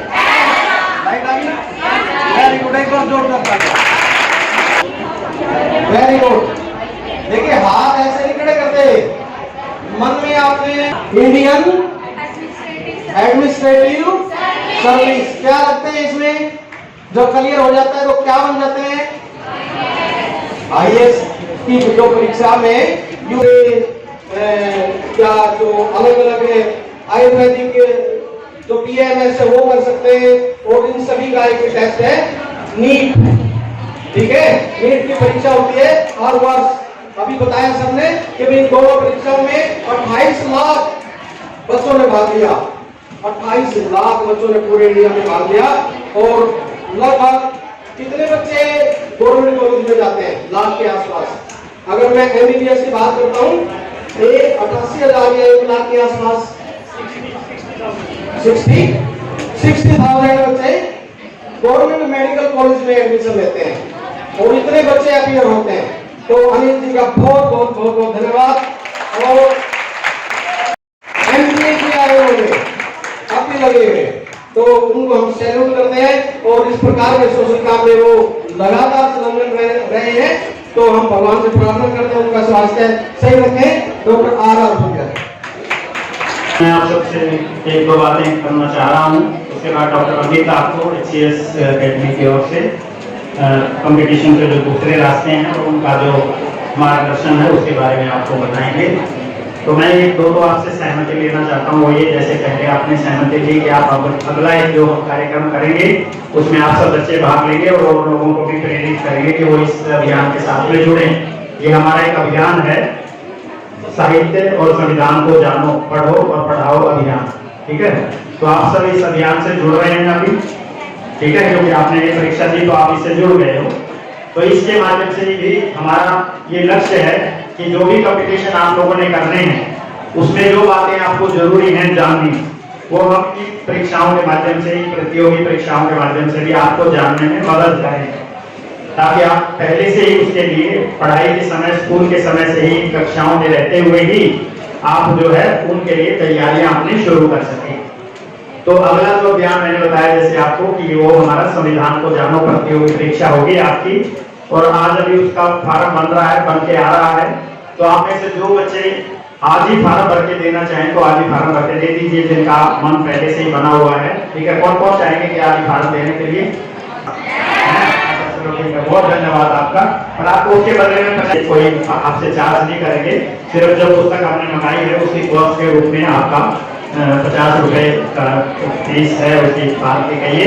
तो वह भी आपको फार्म भरने गया हुआ है, आधे घंटे में आ जाएगा, और आपको सभी को यही अपना फार्म भर के देना है। दूसरी सहमति मुझे आपसे जो लेनी है वो ये कि बहुत सारे बच्चे आगे की करियर काउंसलिंग के बारे में बात करते हैं। हम ये चाहते हैं कि आप गांव में बैठे हुए भी जब आपके मन में कोई इस तरह की बातें उठते हैं या आप कुछ जानना चाहें, तो आज सोशल मीडिया का जमाना है, हम बहुत सारी चीजों के बारे में जान रहे हैं। तो इसके बारे में बड़े कार्यक्रम में आप लोग अपना माँ बाप को लेके आओ, और लड़कियां आ ना सकें, तो इस तरह की परेशानियों के बाद आपको थोड़ी बहुत चीजें मिले तो उससे बहुत मुश्किल होगी, रास्ता आसान नहीं होगा। तो इसलिए मैं तो ये चाहता हूँ कि आप सब जो बच्चे हैं, हमने आपसे व्हाट्सएप का आपका नंबर मांगा था, बहुत सारे बच्चों ने दिया होगा, नहीं दिया हो तो जो आज आप फार्म भरोगे उसमें आप अपना व्हाट्सएप का नंबर अंडरलाइन कर दीजिए, व्हाट्सएप का नंबर दे दीजिए। तो हम एक व्हाट्सएप ग्रुप बनाएंगे जिसमें हम ये जो डायरेक्टर महानुभाव हैं इन सबको भी जोड़ेंगे, और फिर प्रमुख लोग जो होंगे जो आपको मार्गदर्शन दे सकते हैं उनको भी उसका नंबर बनाएंगे हम, और उसमें जो हम एडमिन बना करके आप लोग वहाँ पे भी अपने प्रश्न, अपनी बातें कह सकोगे, पूछ सकोगे और अपना मार्गदर्शन ले सकोगे। 2021 में उनके द्वारा पढ़ाए गए 33 स्टूडेंट ने HCS में मुकाम हासिल किया, 33 बच्चों में। तो एक बार अमित जी के लिए जोरदार तालियां। और मैं आपको बता देना चाहता हूँ, सभी डॉक्टर अमित जी के माध्यम से 9 SDM, 1 DSP, 3 तहसीलदार लगे हैं। एक बार उनके लिए जोरदार तालियां। ये बहुत बड़ी अचीवमेंट है, और आपका सौभाग्य है कि आज हमारे मध्य डॉक्टर अमित आए हैं जो आपको कैरियर काउंसलिंग के बारे में आपको बताएंगे कि भाई HCS और IAS कैसे बन सकते हैं, हम कैसे आगे बढ़ सकते हैं। तो मैं इस अवसर पर डॉक्टर अमित जी को इनवाइट करता हूं, और उनसे उम्मीद करता हूं कि जो अपने विचार साझा करें, इन बच्चों को कुछ प्रेरणा दें ताकि वे अपने जीवन में आगे बढ़ सके। डॉक्टर अमित और सबको Ram Ram. Okay, first of all मैं फूलिया सर को थैंक यू बोलना चाहूँगा फॉर इनवाइटिंग मी, और सेकंड आप सब लोगों को भी, क्योंकि आप सब लोग यहाँ पे पहुँचे और तभी हम आमने सामने खड़े हैं एक दूसरे के, है ना। अच्छा, सारी बातें चल रही थी अभी और मेरे मन में भी काफी विचार आ रहे थे। तो दो चीजें जो हम बार बार सुनते हैं, एक हम सुनते हैं कि बच्चे भगवान का रूप होते हैं और सेकंड चीज हम सुनते हैं कि बच्चे किसी भी देश का भविष्य होते हैं। तो आप लोगों में से कौन बताना चाहेगा दोनों के बारे में, कि पहली चीज के बारे में बात करते हैं कि भगवान का रूप होते हैं क्यों। जो बाकी बातें हम बाद में करेंगे, एचएस के बारे में भी, सिविल सर्विसेज के बारे में भी। कौन बताना चाहेगा बच्चे क्यों हैं भगवान का रूप? भाई तुम सब लोग बच्चे हो, हम भी बच्चे थे, सर भी बच्चे थे। क्योंकि बच्चे मन के सच्चे होते हैं, बिल्कुल सही बात। और ये भी एक कारण भगवान भी मन के सच्चे होते हैं। मन का सच्चा कौन नहीं होता है? बच्चे ज्यादा होते हैं, बड़े थोड़े से कम होते हैं, ये बिल्कुल सही बात है। और क्या कारण हो सकता है बच्चों को भगवान बोलने का? उनके हाथों में पूरे देश का भविष्य होता है, इसलिए उनको भगवान का रूप बोला जाता है। ये बात भी कुछ हद तक हम ठीक कह सकते हैं, बिल्कुल सही है। पर और सोचो थोड़ा सा, जो पेरेंट्स भी आए हुए हैं, भाई आप लोगों के तो बच्चे ही हैं, तो आपको अपने बच्चे भगवान का रूप लगते हैं, क्यों लगते हैं? या हम समाज में भी बार बार ये बात बोलते हैं, बच्चे भगवान का रूप है, भगवान का रूप है, क्यों है भगवान का रूप? क्या कारण हो सकता है इसके पीछे? बताओ।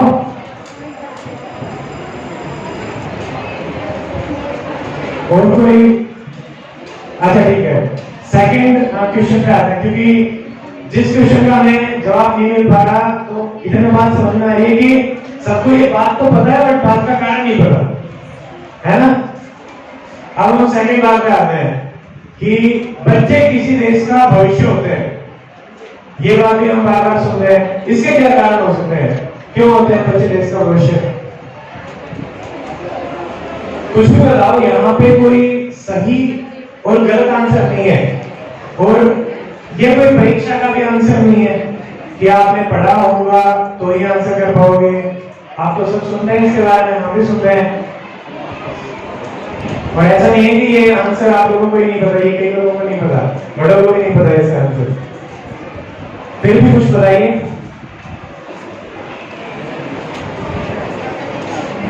शुभम, क्यों होता है बच्चे भगवान का भविष्य? हाँ,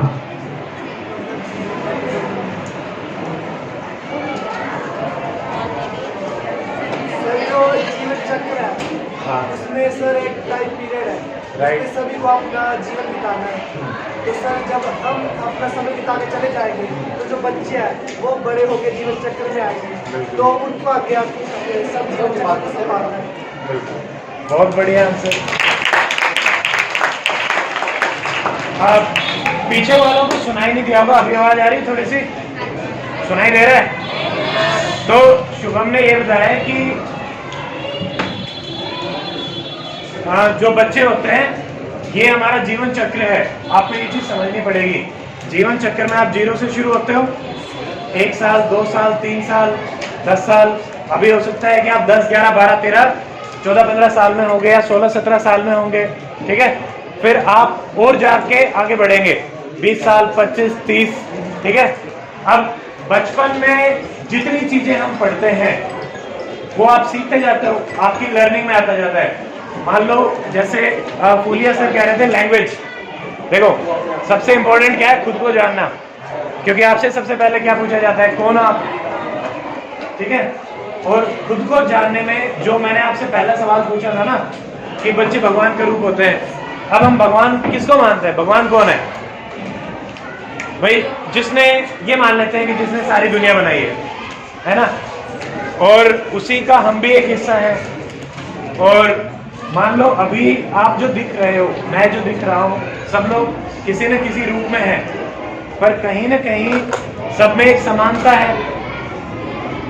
इसको कई बार हम ऐसे भी बोल देते हैं कि आत्मा हो सकती है, सब में एक आत्मा का वास होता है, कुछ भी बोल सकते हो। मतलब कुछ तो है, कोई एनर्जी तो होगी जो मेरे अंदर भी सेम है, तुम्हारे अंदर भी सेम है, बाकी लोगों में भी सेम है, और वो उस पूरी सृष्टि में भी सेम है। अब सब में सेम है तो भगवान में भी सेम ही होगी, क्योंकि भगवान ने ही सृष्टि बनाई है। तो एक वो कॉमन चीज जो रहेगी, ठीक है, तो वो हमें कनेक्ट करती है पूरे सृष्टि से, ठीक है। तो ये एक कारण हो सकता है। अब क्योंकि एब्सोल्यूट बिल्कुल सटीक आंसर तो हमें भी नहीं पता, हम भी यही एक स्पेकुलेशन करते हैं या फिर ऐसा मानते हैं कि शायद ऐसा होगा। तो मैंने जितना सीखा समझा उसके हिसाब से आप लोगों को बताया। अब आप लोगों की भी ये जिम्मेवारी बनती है कि आप अपनी लाइफ के हिसाब से इसको थोड़ा सा समझने की कोशिश करो कि आप क्या हैं, ये समाज क्या है, सृष्टि क्या है, सब लोग एक दूसरे से कनेक्टेड है, ठीक है। तो आपको और बेहतर अंडरस्टैंडिंग मिलेगी, तभी हम जीवन में चीज़ों को समझ पाएंगे और कुछ कर पाएंगे। और जो सेकंड चीज़ थी, शुभम ने बहुत अच्छा आंसर किया है, क्योंकि ये जीवन चक्र है। अब देखो, हमने अपने जीवन की जो पढ़ाई करी वो अभी हमारे काम आ रही है। आप लोग अपनी जो पढ़ाई करोगे वो आपके 5 साल 10 साल बाद काम आएगी, और वो समाज के भी काम आएगी। और हमारा हिस्सा उसमें क्या हो सकता है, किसी भी टीचर का, कि एक टीचर ने जो सीख लिया वो आने वाली जनरेशन को सिखाता है। तो आप लोगों के लिए थोड़ी सी चीज़ें फास्ट हो जाती हैं। मान लो मैंने कोई चीज़ 20 साल में सीखी थी, हो सकता है कि वो स्टेप्स, वो गलतियाँ आपको 2 साल 3 साल में सिखाई जा सकती है, ठीक है। अब मतलब ये प्रोसेस है, इसकी इंपॉर्टेंस बताना चाह रहा हूँ मैं कि आपके लिए सीखना क्यों जरूरी है। क्योंकि आज से 5 साल बाद 10 साल बाद आपको काम करना पड़ेगा, आपको खुद के लिए पैसे कमाने पड़ेंगे, आपको अपने घर के लिए पैसे कमाने पड़ेंगे। सबसे पहले तो इन्हीं के लिए कमाएंगे ना, समाज तो बाद में आएगा। खुद के लिए कमाओगे, घर के लिए कमाओगे, तभी तो समाज को कुछ दे पाएंगे। पहले तो कुछ सक्षम बनना है। तो सक्षम बनने के लिए सबसे इम्पोर्टेंट है पढ़ाई, लर्निंग। अब सवाल यह आता है कि लर्निंग किस चीज़ की करी जाएगी। जैसे अनिल सर ने भी बहुत सारी चीज़ें बताई और फूलिया सर भी बता रहे थे। तो एक चीज़ है, देखो, पढ़ने के लिए बहुत सारी चीज़ें हैं, बहुत सारे सब्जेक्ट्स हैं, हिंदी, इंग्लिश, मैथ्स, साइंस है, और वो चीज़ आपको अलग अलग चीज़ों में हेल्प भी करेगी। हो सकता है कि आप किसी प्राइवेट जॉब में जाओगे, हो सकता है कि गवर्नमेंट जॉब, है ना, और हो सकता है कि हम खुद का भी एक बिजनेस कर सकते हैं। आप लोगों में से गवर्नमेंट जॉब में कितने लोग तैयारी करना चाहते हैं? ठीक है। प्राइवेट जॉब के लिए कौन प्राइवेट जॉब करना चाहता है? कोई नहीं करना चाहता, कोई नहीं। और खुद का काम कितने लोग करना चाहते हैं? ठीक है। तो ज्यादातर जो लोग हैं या तो सरकारी नौकरी की तैयारी करना चाहते हैं या फिर खुद का काम करना चाहते हैं, ठीक है। अब इसमें देखो, मतलब अगर सरकारी जॉब की आपको तैयारी करनी है वो एक अलग प्रोसेस है, और खुद का काम करना है उसका एक अलग प्रोसेस है। मान लो अब मेरा जो एक्सपीरियंस रहा है, अब मैं आपको पर्सनली बताऊं, मैंने MBBS की पढ़ाई करी और फिर मेडिकल ऑफिसर की जॉब करी। HCS 2019 में सिलेक्शन हुआ, तो मैंने 2 सरकारी नौकरियां ज्वाइन करी, 2 सरकारी नौकरियों में चयन हुआ और छोड़ा। उसके बाद मैंने अपना खुद का एक टीचिंग इंस्टीट्यूट स्टार्ट किया, तो मैंने खुद का काम भी किया, ठीक है। तो अब इन सारी चीज़ों में एक रास्ता रहेगा। जैसे सरकारी नौकरी के हिसाब से जो भी एग्ज़ाम आप टारगेट करना चाहते हैं, जैसे मैंने देखा था काफ़ी लोग हैं जो बेटा नौकरी का अपना एक प्रोसेस रहेगा। तो जैसे सिविल सर्विसेज, मेरा एक्सपीरियंस सिविल सर्विसेज का है, तो उसमें काफ़ी लोगों ने हाथ भी उठाया था कि IAS बनना चाहते हैं। सर भी IAS थे, तो बहुत अच्छी पोस्ट होती है, उसमें और भी पोस्ट होती है। तो उसका एक प्रोसेस रहता है कि आपको एक एग्ज़ाम देना पड़ता है। सबसे पहले आपको ग्रेजुएशन करनी पड़ेगी, ग्रेजुएशन के बाद आपको एक एग्ज़ाम देना पड़ेगा जिसमें अभी 3 स्टेजेस हैं। 3 स्टेज होती है। पहला होता है प्रीलिमिनरी। प्री में कितने पेपर होते हैं? 2 पेपर होते हैं। एक होता है जीएस। जीएस में आपसे सारे सवाल पूछे जाते हैं, इकोनॉमी के, पॉलिटी के, इकोनॉमिक्स, ज्योग्राफी है, हिस्ट्री है, इंटरनेशनल रिलेशन है, सारी चीज़ें पूछी जाएंगी। और एक पेपर रहता है सीसेट का। सीसेट में आपसे मैथ, रीजनिंग, ये चीज़ें पूछी जाती हैं, ठीक है। तो आपको इन सारी चीज़ों की तैयारी करनी पड़ेगी। तो आप 11th-12th में अगर पढ़ रहे हैं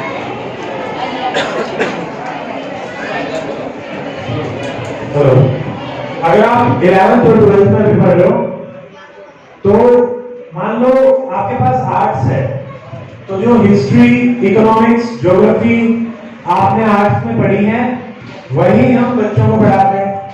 जो सेलेक्ट होते हैं वही मैंने अपनी तैयारी में पढ़ी थी। तो आप अभी से उस चीजों को अच्छे से पढ़ने की कोशिश करो, समझने के हिसाब से। और रही बात कि कहां से अच्छे से पढ़ा जा सकता है, तो YouTube एक बहुत अच्छा माध्यम है।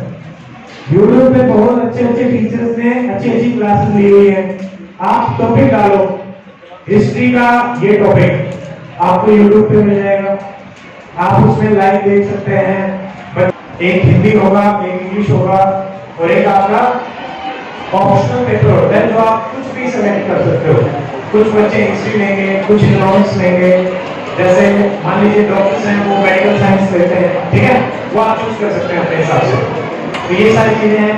उसके बाद थर्ड स्टेज होती है इसमें इंटरव्यू की। इंटरव्यू में सबसे ज्यादा इंपॉर्टेंट चीज आपकी रहती है, आपको अपने आप को एक्सप्रेस करना पड़ता है, कम्युनिकेशन, ठीक है। तो आपको रेगुलर बेसिस पे घर पे तो सब लोग बोल लेते हैं नहीं बोल लेते, बट बाहर बोलने के लिए बोला जाता है तो डर लगता है। किस किस को पब्लिकली बोलने में डर लगता है? और कौन कि कोई भी टॉपिक आया बोल गया, ठीक है, वेरी गुड। तो जो लोग बोल लेते हैं वो क्यों? क्योंकि वो डर नहीं, बार बार प्रैक्टिस करके। तो चाहे प्री एग्जाम है, मेंस एग्जाम है या इंटरव्यू एग्जाम है, तो आपको बार बार प्रैक्टिस करनी पड़ेगी। सेम लाइफ में भी कोई भी चीज है तो उसकी आपको बार बार प्रैक्टिस करनी पड़ेगी। बट इसमें सेकंड चीज जो फूलिया सर बता रहे थे कि आईएएस से बढ़ के भी बहुत सारी चीजें होती हैं। अब यहाँ पे देखो, काम तो जीवन भर करना ही है, तो आप वो काम चूज कर सकते हैं जिस काम को करने की आपकी इच्छा है। मान लीजिए मैं डॉक्टर बना, बट मैं डॉक्टरी को नहीं कर रहा, मैं पढ़ा रहा हूँ, मैं टीचिंग कर रहा हूँ, क्योंकि कहीं ना कहीं बचपन से लेके मुझे पढ़ाने में ज्यादा इंटरेस्ट था। जिस काम में आपको इंटरेस्ट होता है उस काम में आप थकते नहीं हो। आप 10 घंटे करो, 12 घंटे करो, आपको थकावट महसूस नहीं होगी। और आप किसी भी फील्ड में अगर देखेंगे कि जो अच्छे साधन अर्न करे जाते हैं, अच्छे पैसे कमाए जाते हैं, अब ऐसा नहीं है कि एक टीचर, 2 टाइप के टीचर होंगे, मतलब एक जो एवरेज सैलरी में भी होंगे, एक बहुत अच्छे होंगे। ऐसे ही डॉक्टर्स होंगे, एक डॉक्टर जो हो सकता है कि 60,000 1 लाख रुपए महीने के कमा रहा हो, और एक डॉक्टर ऐसा होगा जो महीने के 1 करोड़ भी कमा रहा होगा। ऐसे ही कुक है, कुक जो खाना बनाते हैं तो हो सकता है कमाए, और ऐसे भी होंगे जो महीने के 10 लाख भी कमा रहे हैं। तो आपको समझना है कि इसमें अंतर क्या है। काम सेम है हर फील्ड में, ठीक है, फर्क क्या आता है आप कितने अच्छे हैं उस काम में। तो अगर आप अपनी इच्छा का काम चूज करेंगे तो आप थकेंगे भी नहीं और आप उसमें उतने ही बेहतर होते रहेंगे। तो इसलिए इंपॉर्टेंस होती है वो कैरियर चूज करने की जिसमें आपकी इच्छा है। तो अगर मान लो आपको पेंटिंग बनानी अच्छी लगती है तो आप पेंटिंग में कैरियर चूज कर सकते हैं, उसको सीखो, पेंटिंग बनाने की छोटी छोटी डिटेल्स, कैसे बेस्ट से बेस्ट पेंटिंग बनाई जा सकती है, ताकि जो उसको खरीदेगा, आपने अगर 1 साल में एक ही सबसे बेस्ट पेंटिंग बना दी तो हो सकता है कि वही अकेली पेंटिंग 10 लाख 20 लाख में बिक जाए, यू डोंट नो, ठीक है। और ऐसे ही अगर आपने इतना अच्छा खाना बनाया कि खुद का भी बिजनेस स्टार्ट कर सकते हो या किसी बढ़िया 5 स्टार होटल में भी आप काम कर सकते हैं, वहां पे आपके महीने के लाखों मिलेंगे। पर उसके लिए आपको किसी भी काम में, आपका कोई भी काम है, अगर आप टीचिंग में जाना चाहते हैं तो टीचिंग में भी आपको उस काम में बेस्ट होना पड़ेगा, ठीक है। और बेस्ट होने के लिए बार बार प्रैक्टिस करनी पड़ती है। जैसे पब्लिक स्पीकिंग की बात करते हैं ना, डर, तो डर खत्म करना पड़ता है बेस्ट होने के लिए। तो कोई भी काम आप चूज करें अपनी लाइफ में, अभी तो आप 11th में हैं, देखो खुद सोचो, पेरेंट्स आपको, आपके माँ बाप, टीचर्स अपने हिसाब से बताएंगे, पर जब तक आप, जैसे हमने बात करी ना, बच्चे भगवान का रूप है, तो आपके अंदर है, वो भगवान भी है, आपके अंदर वो सोचने की क्षमता भी है, आपको पता भी है कि मुझे क्या अच्छा लगता है। तो अगर आपको पता है कि मुझे ये अच्छा लगता है, तो ज्यादा टाइम और एनर्जी उसी चीज में लगाओ कंपैरेटिवली, और खुद से वो रास्ता ढूंढने की कोशिश करो। मान लो मुझे सिलाई पसंद है, तो मैं अब ये ढूंढ लूं कि कढ़ाई पसंद है, कढ़ाई की बात कर लो, कढ़ाई, सिलाई, कुछ भी हो सकता है, या खेती। तो आप ये देखो कि सब, मतलब पहले बेसिक सिलाई क्या होती है, शुरुआत कैसे करी जाए। जैसे इसी की शुरुआत का एग्जांपल समझे, आपको नीडल कैसे पकड़नी है, धागा कैसे, धागा क्या होता है, धागा कैसे चूज करना है, धागे में नीडल कैसे डालनी है, ये चीजें आएंगी तभी तो आप शुरुआत कर पाएंगे। फिर जहां पे सिलाई करनी है, वो कपड़ा कैसे पकड़ा जाएगा, किस एंगल में पकड़ा जाएगा, हर डिटेल आपको समझनी पड़ेगी। चाहिए जैसे काफी लोगों ने हाथ खड़े किए थे, हम खुद का काम करना चाहते हैं, जो खुद का काम करें, खुद का बिजनेस करें, क्योंकि वहां पे पैसा बहुत ज्यादा जनरेट होता है, ठीक है। मान लीजिए जितनी सैलरी, अगर मैंने जब अपना काम शुरू नहीं किया था, मुझे लगता था कि एक डॉक्टर की वैल्यू महीने की 80,000 रुपए, क्योंकि सरकारी नौकरी में 80,000 रुपए मिलते थे हमें उस टाइम पे 2015 में। बट अभी जब खुद का काम करने लगे तब पता चला है कि 80,000 एक दिन में भी कमाए जा सकते हैं। अब अगर आज एक दिन में कमाए जा सकते हैं, तो एक साल के बाद 10 गुना हो सकते हैं। पॉइंट, आप जितने भी पैसे कमाना चाहें, उसके लिए आपको अपने काम में बेस्ट होना पड़ेगा, ठीक है। और बेस्ट होने के लिए उस काम को बार बार प्रैक्टिस करनी पड़ेगी। जैसे हरियाणा से बहुत सारे एथलीट्स निकलते हैं, एथलीट ओलंपिक्स में गोल्ड मेडल लेके आता है। मान लीजिए नीरज चोपड़ा का नाम सुना है? नीरज चोपड़ा जैवलिन थ्रो में है, पर वो क्या काम करते हैं? काम क्या करते हो? भाला फेंकते हैं ना। तो आप एक चीज को समझो कि भाला फेंकना भी एक काम हो सकता है। समझ में आ रही है बात? तो पहले तो अपने समाज को देखो, आसपास चल क्या रहा है, उस हिसाब से ये देखो कि इन सब में से मुझे क्या चीज अच्छी लग रही है, या तो उसको चूज कर लो, या खुद ऐसा सोचो कि समाज की, आगे आने वाले समाज में जरूरतें क्या होंगी, उन जरूरतों के हिसाब से काम बना लो, क्योंकि जिस चीज की जरूरत है उसी के तो पैसे मिलेंगे। तो अगर भाला फेंकना एक काम हो सकता है, तो आप लोग जो सोचेंगे क्या वो काम भी काम नहीं होगा? ठीक है, भाला फेंकने से किसी का कुछ नहीं हो रहा, जा रहा है वहां, बट वो आदमी भाला फेंक के इतना बेस्ट हो चुका है कि दुनिया में सब लोग उसको जानते हैं, ठीक है। पर टेक्निकली स्पीकिंग ये कोई काम तो है ही नहीं, पर ऐसा काम है जो सब में आपकी पहचान बना सकते। It can be anything. आखिरी में मैं सिर्फ इतना कहना चाहता हूँ कि ये भी वो विषय चूज करें, बड़े खुश हो रहे हैं सब लोग। इंक्लूड करते हैं कि देखो सिंपल सी बात है, जो करना है अपने मन का, पढ़ना है अपने मन का, बट पढ़ना पड़ेगा और करना पड़ेगा।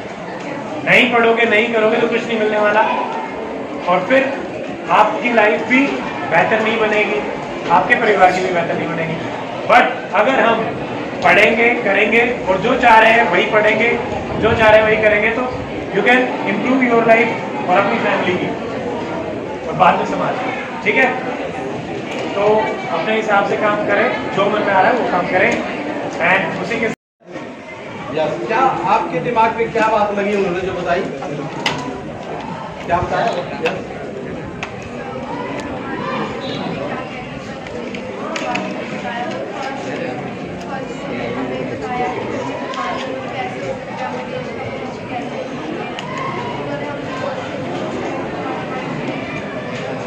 और थोड़ी आपको अच्छा लगा, आपके समझ में आया, उनसे कुछ प्राप्त किया। 30 जून को एक प्रतियोगिता और होने जा रही है, संविधान को जानो प्रतियोगिता। और उस संविधान को जानो प्रतियोगिता का जो रजिस्ट्रेशन फॉर्म है वो तैयार हो चुका है। और जैसा कि आपको बताया भी जा चुका है, वो रजिस्ट्रेशन फॉर्म अभी आपको दिया जाएगा। अब दोबारा से वो बच्चे हाथ खड़ा करें जो रजिस्ट्रेशन फॉर्म भर के और विद 50 रुपए के साथ आज वापिस करेंगे। रजिस्ट्रेशन फॉर्म अभी आपके पास आएगा। Very good, very good, very good. आप तो अभी वो मंच पर आसीन आज के कार्यक्रम के आयोजक, संचालक, संरक्षक और मनोबल बढ़ाने वाले फॉरवर्ड आईएएस श्री आर फुलिया जी, मैं उनका बेहद आभार प्रकट करूंगी आज का ये अवसर हम सभी को प्रदान करने के लिए, समाज को प्रदान करने के लिए।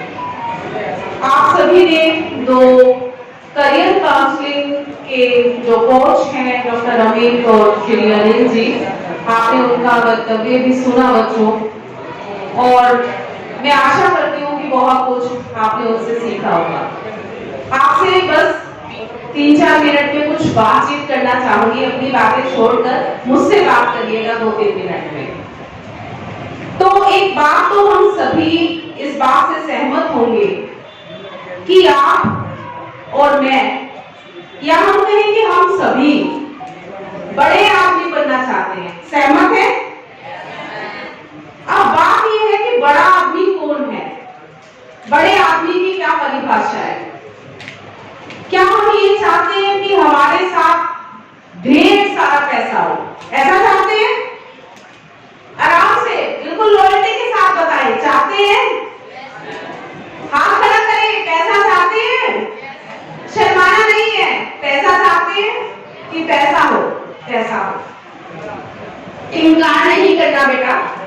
फिर दूसरी बात, हम सभी चाहते हैं कि समाज में हमारा एक नाम हो, एक प्रतिष्ठा हो। चाहते हैं?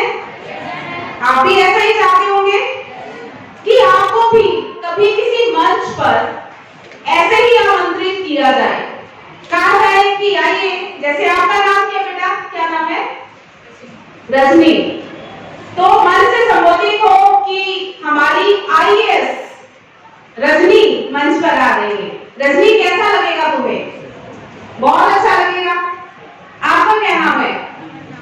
तमन्ना। कहे कि प्रोफेसर तमन्ना मंच पर आमंत्रित है, कैसा लगेगा तमन्ना? बहुत अच्छा लगेगा, बहुत अच्छा लगेगा। बेटा, डॉक्टर बनना, इंजीनियर बनना, आईएएस बनना, और या अपना ही आईएएस बनाने वाला बनना, जैसे मिस्टर अमित हैं, जैसे मिस्टर अनिल हैं, वो तो आईएएस बना रहे हैं, वो तो इंजीनियर बना रहे हैं, डॉक्टर बना रहे हैं। तो हम सभी ख्वाब देखते हैं, और मैं आपको सच बताऊं, आपको भी बच्चे हो, मैं तो प्रोफेसर भी बन चुकी, मेरे भी अभी ख्वाब है, मैं भी बहुत कुछ बनना चाहती हूँ। तो ये जो बनना चाहना है, ये जो सपने हैं, इन सपनों को साकार करने के लिए एक मंत्र है, बस एक फार्मूला, एक चीज, केवल एक चीज, शिक्षा, एजुकेशन, पढ़ना। और यकीन मानना, पढ़ना सबसे फेयर काम है, सबसे फेयर काम। जैसे मान लो आपने कोई इंटरव्यू दिया, 10 लोगों ने इंटरव्यू दिया, आप सभी जागरूक हैं, समाज में रहने, आपके पेरेंट्स भी हैं, आपके टीचर्स भी आपके साथ हैं, आपके कोच आपके साथ हैं। जब 10 लोग इंटरव्यू देते हैं तो कोई गारंटी नहीं है, ये जो गारंटी शब्द पूरे भारत में घूम रहा है, तो कोई गारंटी नहीं है कि उन 10 में से जो सबसे बढ़िया होगा उसी का चुनाव होगा। गारंटी तो नहीं है ना, लेकिन इस बात की गारंटी है कि आज आपने पेपर दिया तो जिसका पेपर सबसे बढ़िया हुआ होगा, जिसके क्वेश्चन सबसे ज्यादा ठीक होंगे, उसी को फर्स्ट प्राइज मिलेगा। पक्का ना? उसी को 5100 रुपए का फर्स्ट प्राइज मिलेगा। तो जो शिक्षा है ना, ये जो पढ़ना है, ये जो कॉम्पिटिशन्स हैं, चाहे वो आपके जेई की तैयारी है, चाहे आपके पीएलटी की तैयारी है, चाहे आप यूपीएससी की बात करें, एसएससी की बात करें, तो इस लेवल तक आपके जो कर्म है, अगर आप मेहनत करोगे, अगर आप डिटर्मिनेशन है, तो रिजल्ट 100% सिक्योर है। पहली चीज तो बेटा केवल ख्वाब नहीं देखना, ये नहीं कि बस हमने कहा कि तमन्ना प्रोफेसर बन गई और रजनी आईएएस बन गई तो बन गई, नहीं, ऐसे नहीं बनोगे। बनने के लिए बहुत कुछ खोना पड़ेगा, मारना पड़ेगा, मन मारना पड़ेगा। फोन होगा तुम्हारे पास एंड्रॉइड, छोड़ना पड़ेगा, उसका इस्तेमाल लेक्चर्स के लिए करो, जो तुम्हें फ्री डेटा गवर्नमेंट या कोई भी तुम्हें जो प्रोवाइड कर रहा है, आप उसका मिसयूज करने की बजाय, गेम्स खेलने की बजाय, व्हाट्सएप देखने की बजाय, सोशल मीडिया, इंस्टाग्राम, फेसबुक, उस पे समय अपना बिताने की बजाय बच्चों यूट्यूब के लेक्चर सुनो, गूगल करो, इंफॉर्मेशन जानो। जब बोर होने लगो, कोई रेसिपी देखो, लड़की हो शाही पनीर बनाना सीख लो बैठ के। लेकिन जो आपका मतलब ज्ञान ना कुछ भी है, ज्ञान ये भी है कि हम यहाँ बैठे हैं, लाइट चली गई। अब लाइट चली गई तो आपने हाथ से पंखा जोड़ना शुरू कर दिया। अब जिसको पता ही नहीं है कि ये कागज हिलाने से हवा आएगी, इतनी इंफॉर्मेशन ही नहीं है, तो वो कभी नहीं मिटा पाएगा, है ना? सहमत ना? ज्ञान कुछ भी है, समय व्यर्थ मत करो। कोई तुम्हारे पास आया मुफ्त में बताने, मिस्टर अमित मुफ्त में बता रहे हैं, तुम्हें खड़े हुए, यही काउंसलिंग तुम बेटा बाहर जाओगे ना किसी सेंटर में लेने के लिए, हजारों रुपए तुमसे पहले बाहर रिसेप्शन पे रखवा के जाएंगे कि तुम्हें तब बताएंगे आगे कौन कौन सी लाइन है, पहले 1000 रुपए यहाँ जमा करो। अब यहाँ पे डॉक्टर साहब ने, पुलिया साहब ने आप सभी को, हम सभी को ये मौका बिल्कुल फ्री में उपलब्ध कराया है ना? तो जो फ्री में है उसका फायदा उठाओ, पूरी तरह से फायदा उठाओ जिंदगी बनाने के लिए। कोई तुमसे कुछ बात कर रहा है, आपस में बात मत करो, क्योंकि ये उसका अनादर है। जो बोल रहा है ना सामने, उसका अनादर है। आप उसकी बात को सुनिए, आपके लिए आए हैं, और उस बात को दिमाग में डालिए। माँ बाप से लड़के कॉम्पिटिशंस में जाइए, माँ बाप को कन्विंस करके उनको समझा बुझाकर अपने लिए प्रतियोगिताएं जो है वो उनका सामना कीजिए, पढ़िए, पढ़ने पे खर्च कीजिए। और यकीन जानिए, अगर आपके अंदर कुछ है तो पैसा मैटर नहीं करेगा, फीस मैटर नहीं करेगी। समाज में इतने दानी हैं, इतनी सुविधाएं हैं, इतने मोटिवेटेड लोग हैं कि जब आप कुछ करना चाहोगे और आप कहोगे मेरे 10th में 12th में 99% है, 98% है, आपको आपके फाइनेंसर भी मिल जाएंगे जो आपको पढ़ाना चाहेंगे। मैं सच कह रही हूँ ना? बिल्कुल सच, मैंने देखा है। तो बेटा पूरी एकाग्रता के साथ ये जो छोटे छोटे मौके आपको मिल रहे हैं ना, आज प्रतियोगिता थी महापुरुषों को जाने, कल प्रतियोगिता जो रखी गई है संविधान को जाने, क्योंकि सिर्फ ना ये किताबी ज्ञान लेके हम बुद्धिमान नहीं बनेंगे। बुद्धिमान वो व्यक्ति है जिसको उसके आसपास जो घटित हो रहा है उस सारी चीज के बारे में पता है, और वो पता आपको कहीं से भी लग सकता है। तो बेटा आपके जीवन के लिए मेरी शुभकामनाएं हैं। जहां कहीं मैं प्रोफेसर हूँ, गवर्नमेंट कॉलेज में हूँ, 22-23 साल का मेरा अध्यापक का मेरा अनुभव है। उससे पहले जैसे डॉक्टर फुलिया बता रहे थे, ऐसे ही बहुत सारी लाइन्स मैंने भी गड़बड़ करके, गड़बड़ का मतलब यहाँ वहां वो करके, मैं कंपनी सेक्रेटरी की तैयारी कर रही थी, 2 ग्रुप मेरे क्लियर भी हो गए थे। फिर लगा कि मेरी नेचर नहीं है प्रोफेशनल, मैं तो सोसाइटल नेचर की हूँ, तो मैंने इधर टीचिंग वाला जंप कर लिया, एमफिल कर ली। एमफिल करते ही जब एमकॉम कर रही थी तभी नेट क्वालिफाई हो गया, दूसरी बार फिर नेट क्वालिफाई हो गया। तो लगा कि भाई ये जो हायर एजुकेशन की नौकरी है मुझे बुला रही है, मुझे पुकार रही है, तो प्रोफेसर बनने के लिए उधर चली गई। तो आप ये देखिए, मैं भी बिल्कुल मध्यम परिवार से हूँ। मेरे फादर भी क्लर्क थे, क्लर्क रहते हुए उन्होंने मुझे इस लायक बनाया, मैं आप सभी के समक्ष खड़ी हूँ और अच्छा कमा रही हूँ, अच्छा कमा रही हूँ। ये जो बातें हैं ना, हम किसी के जीवन से जब कुछ ले लेते हैं, कुछ सीख लेते हैं, तो ये छोटे छोटे जो सपने हैं ना, उन सपनों को हम सभी को साकार करना है। आपको भी कुछ बनना है और मुझे भी कुछ बनना है। इन्हीं शुभकामनाओं के साथ अगर आपको कभी भी मेरी जरूरत पड़े तो मेरा नंबर, हम सभी के जो कॉन्टैक्ट नंबर है वो यहाँ पे उपलब्ध है। आप किसी से भी हमसे बातचीत कर सकते हैं किसी भी समय। अपना ट्रस्ट भी है हमारा, doctor B R. Ambedkar social welfare and educational trust Ambala में हम रन करते हैं और उसमें जो जरूरतमंद विद्यार्थी है उनकी मदद करने की हम कोशिश करते हैं। तो बेहद शुभकामनाएं, बेहद आभार करूंगी मंच पर आपका डॉक्टर फुलिया और आपकी यहाँ की जितनी भी पूरी टीम है जिन्होंने ये पेपर का आयोजन किया, जिन्होंने सभी कार्य गतिविधियों को आज अंजाम दिया। मीडिया का भी बेहद आभार प्रकट करूंगी कि जिन्होंने इस कार्यक्रम को कवरेज किया। जय भीम, नमो बुद्धाय।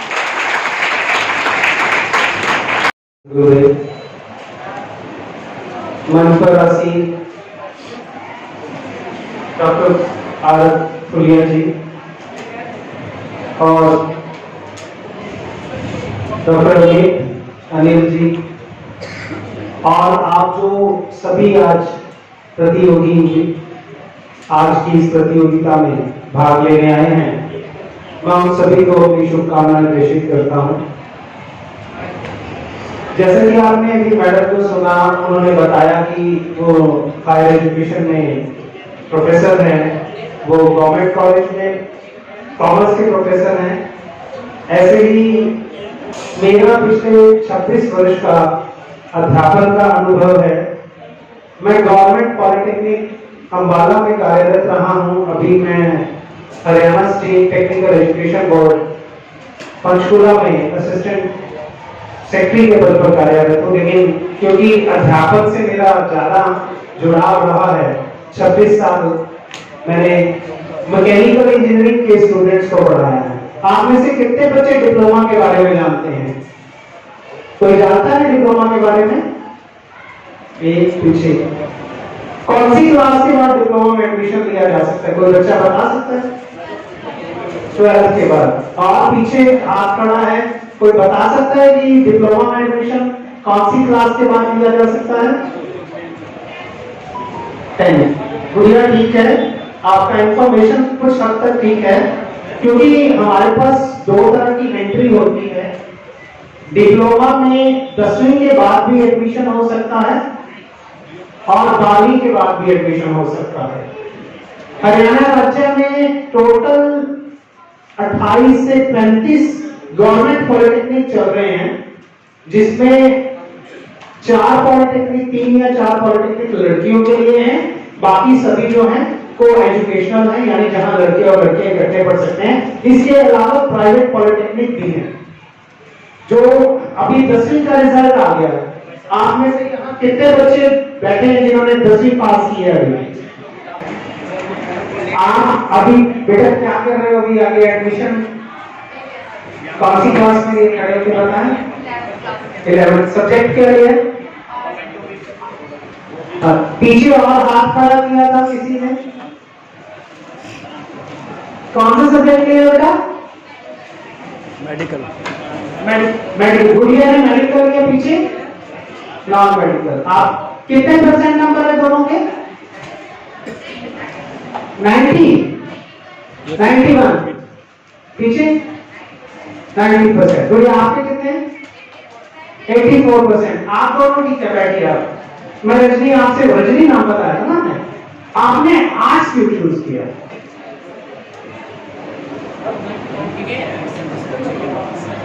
कोई कारण होता है ना। देखिए, हम बच्चे जो हैं क्यों चूज करते हैं कोई भी सब्जेक्ट? या तो उनका संगी साथी, पहला हमारे दोस्तों का बहुत होता है। हमारे दोस्तों का हमारे जीवन में बहुत बड़ा योगदान होता है। कैसे योगदान होता है कि वो हमें अच्छा और बुरा दोनों चीजें सिखा सकते हैं, है ना? यही। गुड़िया, आपका नाम क्या है? जैस्मिन। आपने 12th किया है? कौन सी क्लास में? 10th में हो, पास करिएगा अभी को। आपको रिजल्ट लेना चाहिए। मैं ये देखिए, सब्जेक्ट कोई भी अच्छा या बुरा नहीं होता। किसी भी सब्जेक्ट के बारे में मैं यहाँ कोई टीका टिप्पणी नहीं करूंगा, कोई कमेंट नहीं करूंगा, लेकिन मैं आपसे पूछना चाहूंगा, आपने आर्ट्स में सब्जेक्ट कौन से लिए हैं? Economics, history. देखिए सब्जेक्ट कोई भी अच्छा है बुरा नहीं होता। मैं यहाँ ये नहीं कहूंगा कि अगर मेडिकल नॉन मेडिकल बहुत अच्छी बात है। देख अपना आपने बात की थी कि एक दिन में एक महीने में 80,000 रुपए कमाना है और एक दिन में 80,000 रुपए भी कमाए जा सकते हैं ना, वो आपके दिमाग की बात है। लेकिन मेरा विशेष प्रश्न आपसे है कि आपने आर्ट्स क्यों चूज किया? चलो बैठे। अब मैं यहाँ एक बात बताने जा रहा हूं। हम सीढ़ियों को नीचे से ऊपर चढ़ते हैं, है ना, और ऊपर से नीचे भी आते हैं। अब अगर मैं सीढ़ी मानूं, पहली सीढ़ी आर्ट्स को मान लिया जाए, दूसरी सीढ़ी कॉमर्स को मान लिया जाए और तीसरी सीढ़ी मेडिकल या नॉन मेडिकल को मान लिया जाए, तो होता यह है अभी तक न्यू एजुकेशन पॉलिसी 2020 आने के बाद, क्योंकि अब multi point multi exit entry system हो रहा है कि आप कहीं भी एंटर हो सकते हैं, कहीं भी बाहर जा सकते हैं। अभी तक ये था फिक्स था। तो 3 सीढ़ियां हैं, एक है आर्ट्स की, एक है कॉमर्स की और एक है नॉन मेडिकल की। जनरली ये कहा जाता है कि सबसे नीचे पायदान पर कॉमर्स आर्ट्स है, मिडिल पे कॉमर्स है और ऊपर जबकि ऐसा कुछ नहीं है। लेकिन कुछ एक सच्चाई है, फिक्स है सिस्टम। फिक्स कैसे है कि आप आर्ट्स से कॉमर्स में और नॉन मेडिकल में नहीं जा सकते। पहली बात फिक्स हो गया कि नीचे वाला पायदान आर्ट्स हो गया, बीच वाला कॉमर्स हो गया और ऊपर वाला मेडिकल नॉन मेडिकल हो गया। कॉमर्स से मेडिकल नॉन मेडिकल में भी नहीं जाया जा सकता, फिक्स है। लेकिन अगर आप ऊपर से उठाए, मेडिकल नॉन मेडिकल वाला कॉमर्स में भी आ सकता है और वो आर्ट्स में भी आ सकता है। बात समझ आई कि आप आर्ट्स में कभी भी जा सकते हो, कॉमर्स कभी भी चूज किया जा सकता है जिसने साइंस ग्रुप पढ़ा होगा। आप +2 कॉमर्स से करने की बजाय मेडिकल नॉन मेडिकल से करें। कॉमर्स में कभी भी अगर आपको लगे कि आपने नहीं करना, आपको आर्ट्स में ही आप लिटरेचर में जाना चाहते हैं, इंग्लिश लिटरेचर में जाना चाहते हैं, या आप मॉडर्न हिस्ट्री पढ़ना चाहते हैं या ज्योग्राफी पढ़ना चाहते हैं, आपको वो पढ़ समझ आई, आपको ये लगा कि आपको मेडिकल नहीं पढ़ना या नॉन मेडिकल नहीं पढ़ना, आपको जो अच्छी समझ आ सकती है वो आर्ट्स पढ़ के आ सकती है, तो आप कभी भी स्विच कर सकते हैं आर्ट्स में। ऐसे ही आपको लगता है कि आप अकाउंटेंसी में अच्छा कर सकते हैं, फाइनेंशियल अकाउंट इकोनॉमिक्स में अच्छा कर सकते हैं, तो आप कभी भी कॉमर्स में जा सकते हैं। लेकिन ना तो आर्ट्स वाला और ना कॉमर्स वाला कभी उसके दिल में आए कि यार मैंने मेडिकल करना था, डॉक्टर बनना था या इंजीनियर बनना था, तो वो कभी भी स्टेप अप नहीं हो सकता। पहली बात तो मैं आपको ये बात कहना चाहूंगा कि 10वीं के बाद आप अपने विषयों को ध्यान से चुनें, बहुत ध्यान से चुनें। जनरली हम परिवारों में, जैसे मैंने बताया कि दोस्त बहुत ज्यादा हमें सिखाते हैं कि भैया मैं तो आर्ट्स ले रहा हूं, तू भी आर्ट्स ले ले। होती है ना ये बातें कि यार क्या करेगा, नॉन मेडिकल में तो ट्यूशन पे भी पैसे लगेंगे और पढ़ना भी ज्यादा पड़ेगा। और फिर दूसरी बात है मेडिकल में तो यार 630 नंबर चाहिए नीट में एडमिशन लेने के लिए। मेडिकल गवर्नमेंट मेडिकल कॉलेज में तो, प्राइवेट मेडिकल कॉलेज में तो बहुत ज्यादा फीस है। हमारे बच्चों को तो गवर्नमेंट कॉलेज में सीट चाहिए, तो गवर्नमेंट कॉलेज में सीट चाहिए तो उसके लिए आपका नीट का रैंक भी अच्छा आना चाहिए ना। तो इसलिए मेरा ये कहना है, मेरा तात्पर्य यहाँ ये है इस बात को रखने का कि आप अपने विषयों को 10वीं के बाद ध्यान से चुनें, अपने आसपास अपने परिवार से सबसे पहले इस जानकारी को लें कि आपको किस विषय को पढ़ना है। और ये जरूरी नहीं है कि 90% वाला जो है वो मेडिकल या नॉन मेडिकल पढ़ेगा, 50% वाला भी पढ़ सकता है। मैंने डॉक्टर साहब के बारे में, डॉक्टर साहब के घर बैठा था, मैं उन्होंने बताया कि उन्होंने बीएससी किया हुआ था और बीएससी करने के बाद उनका सिलेक्शन, जहां पे वो जिस संस्था में वो काम कर रहे थे, तो उन्होंने इकोनॉमिक सर्विस का टेस्ट दिया। ऐसे ही इकोनॉमिक सर्विसेज में उनका सिलेक्शन हो गया। ये मैं डॉक्टर साहब की बात बता रहा हूं। जो इन्होंने मुझे बताया।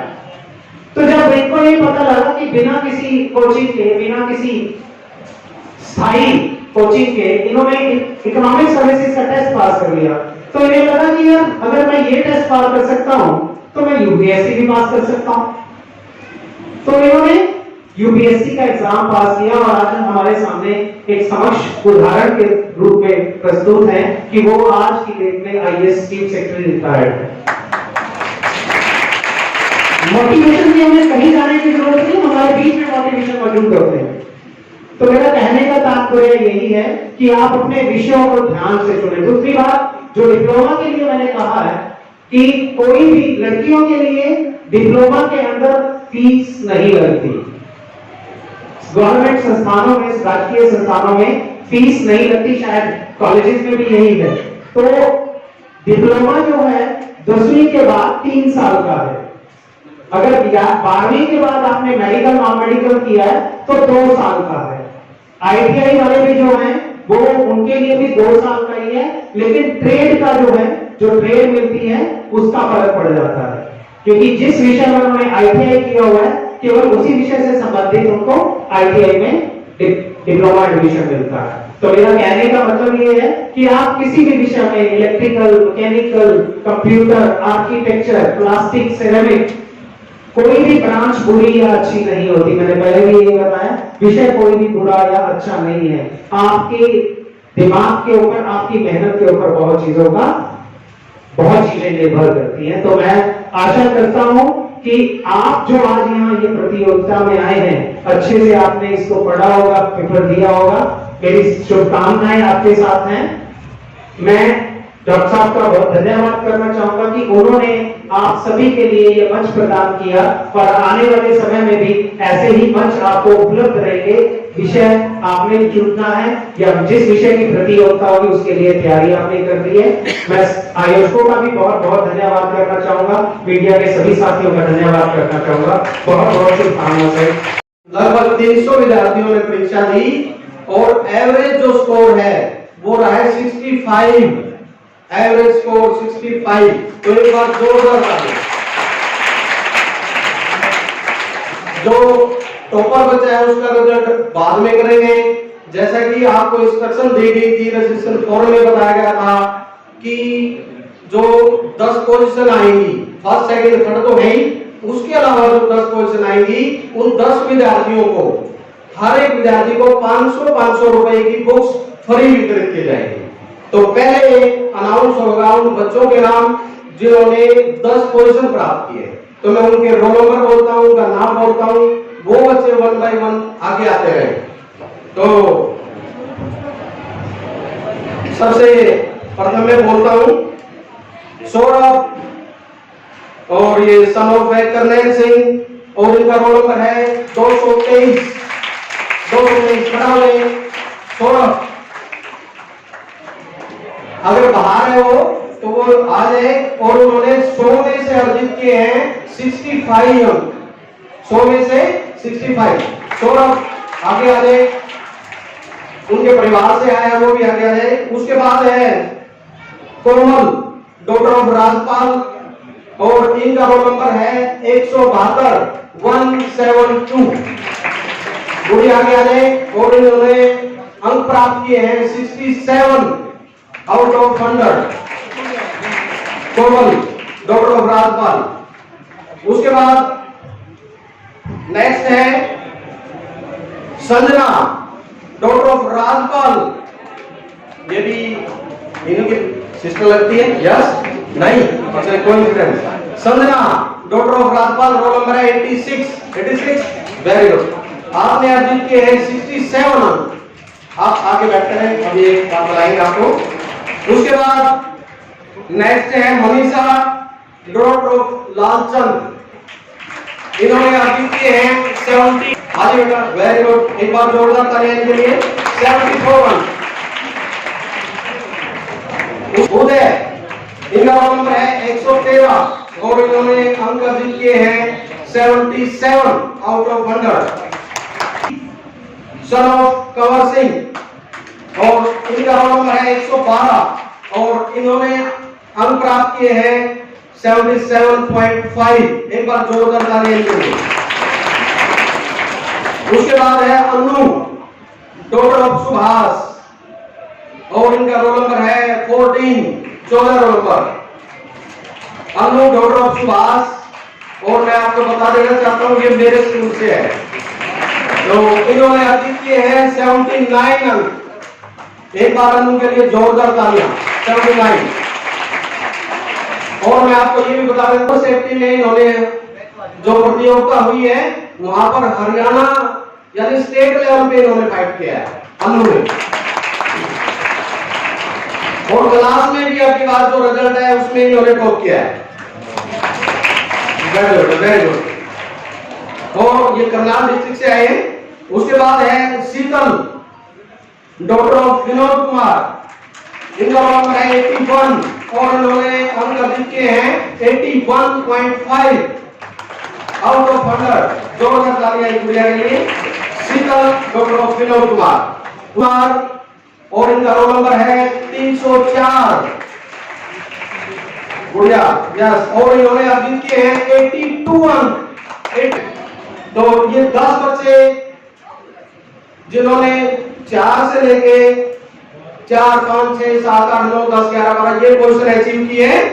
इन बच्चों को डॉक्टर साहब की तरफ से, डॉक्टर आर पुलिया जी की तरफ से हर एक बच्चे को 500 रुपए की बुक्स वितरित की जा रही है। एक बार ये बच्चे आगे आ रहे, आगे आ रहे। बुलाओ ठीक है। जो अभी बालक आए हैं, मम्मी या पापा आए हैं, उनसे भी निवेदन तो जल्दी आ रहे हैं, जल्दी आ रहे हैं। ये कैमरा लेके इसका फोटो ले। आप आ रहे, वेरी गुड, बहुत बढ़िया, बहुत बढ़िया।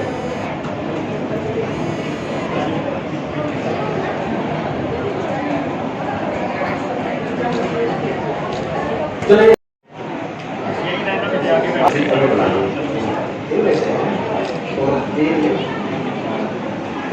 और इनका गांव है बड़ सिकरी। ऋषि तैयार है।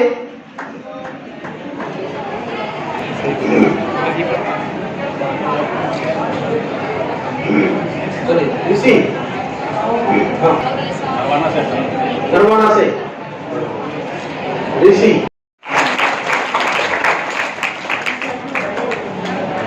और अंक अर्जित किए हैं 86। बोलिए, आपकी आवाज नहीं आई, बहुत बढ़िया। मुस्कान ने अर्जित किए हैं 94.5, लगभग 5.5 अंक से ये पीछे रही है। नहीं होते 100 में से, और लगभग 1 वीक का ऊपर उन्होंने भाग लिया।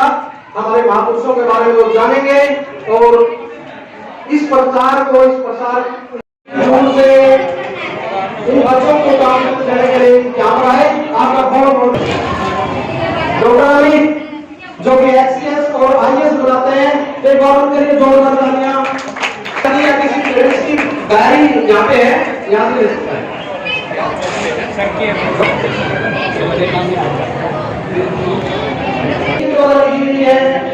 डॉक्टर परवीन मोदी जो कि असिस्टेंट प्रोफेसर।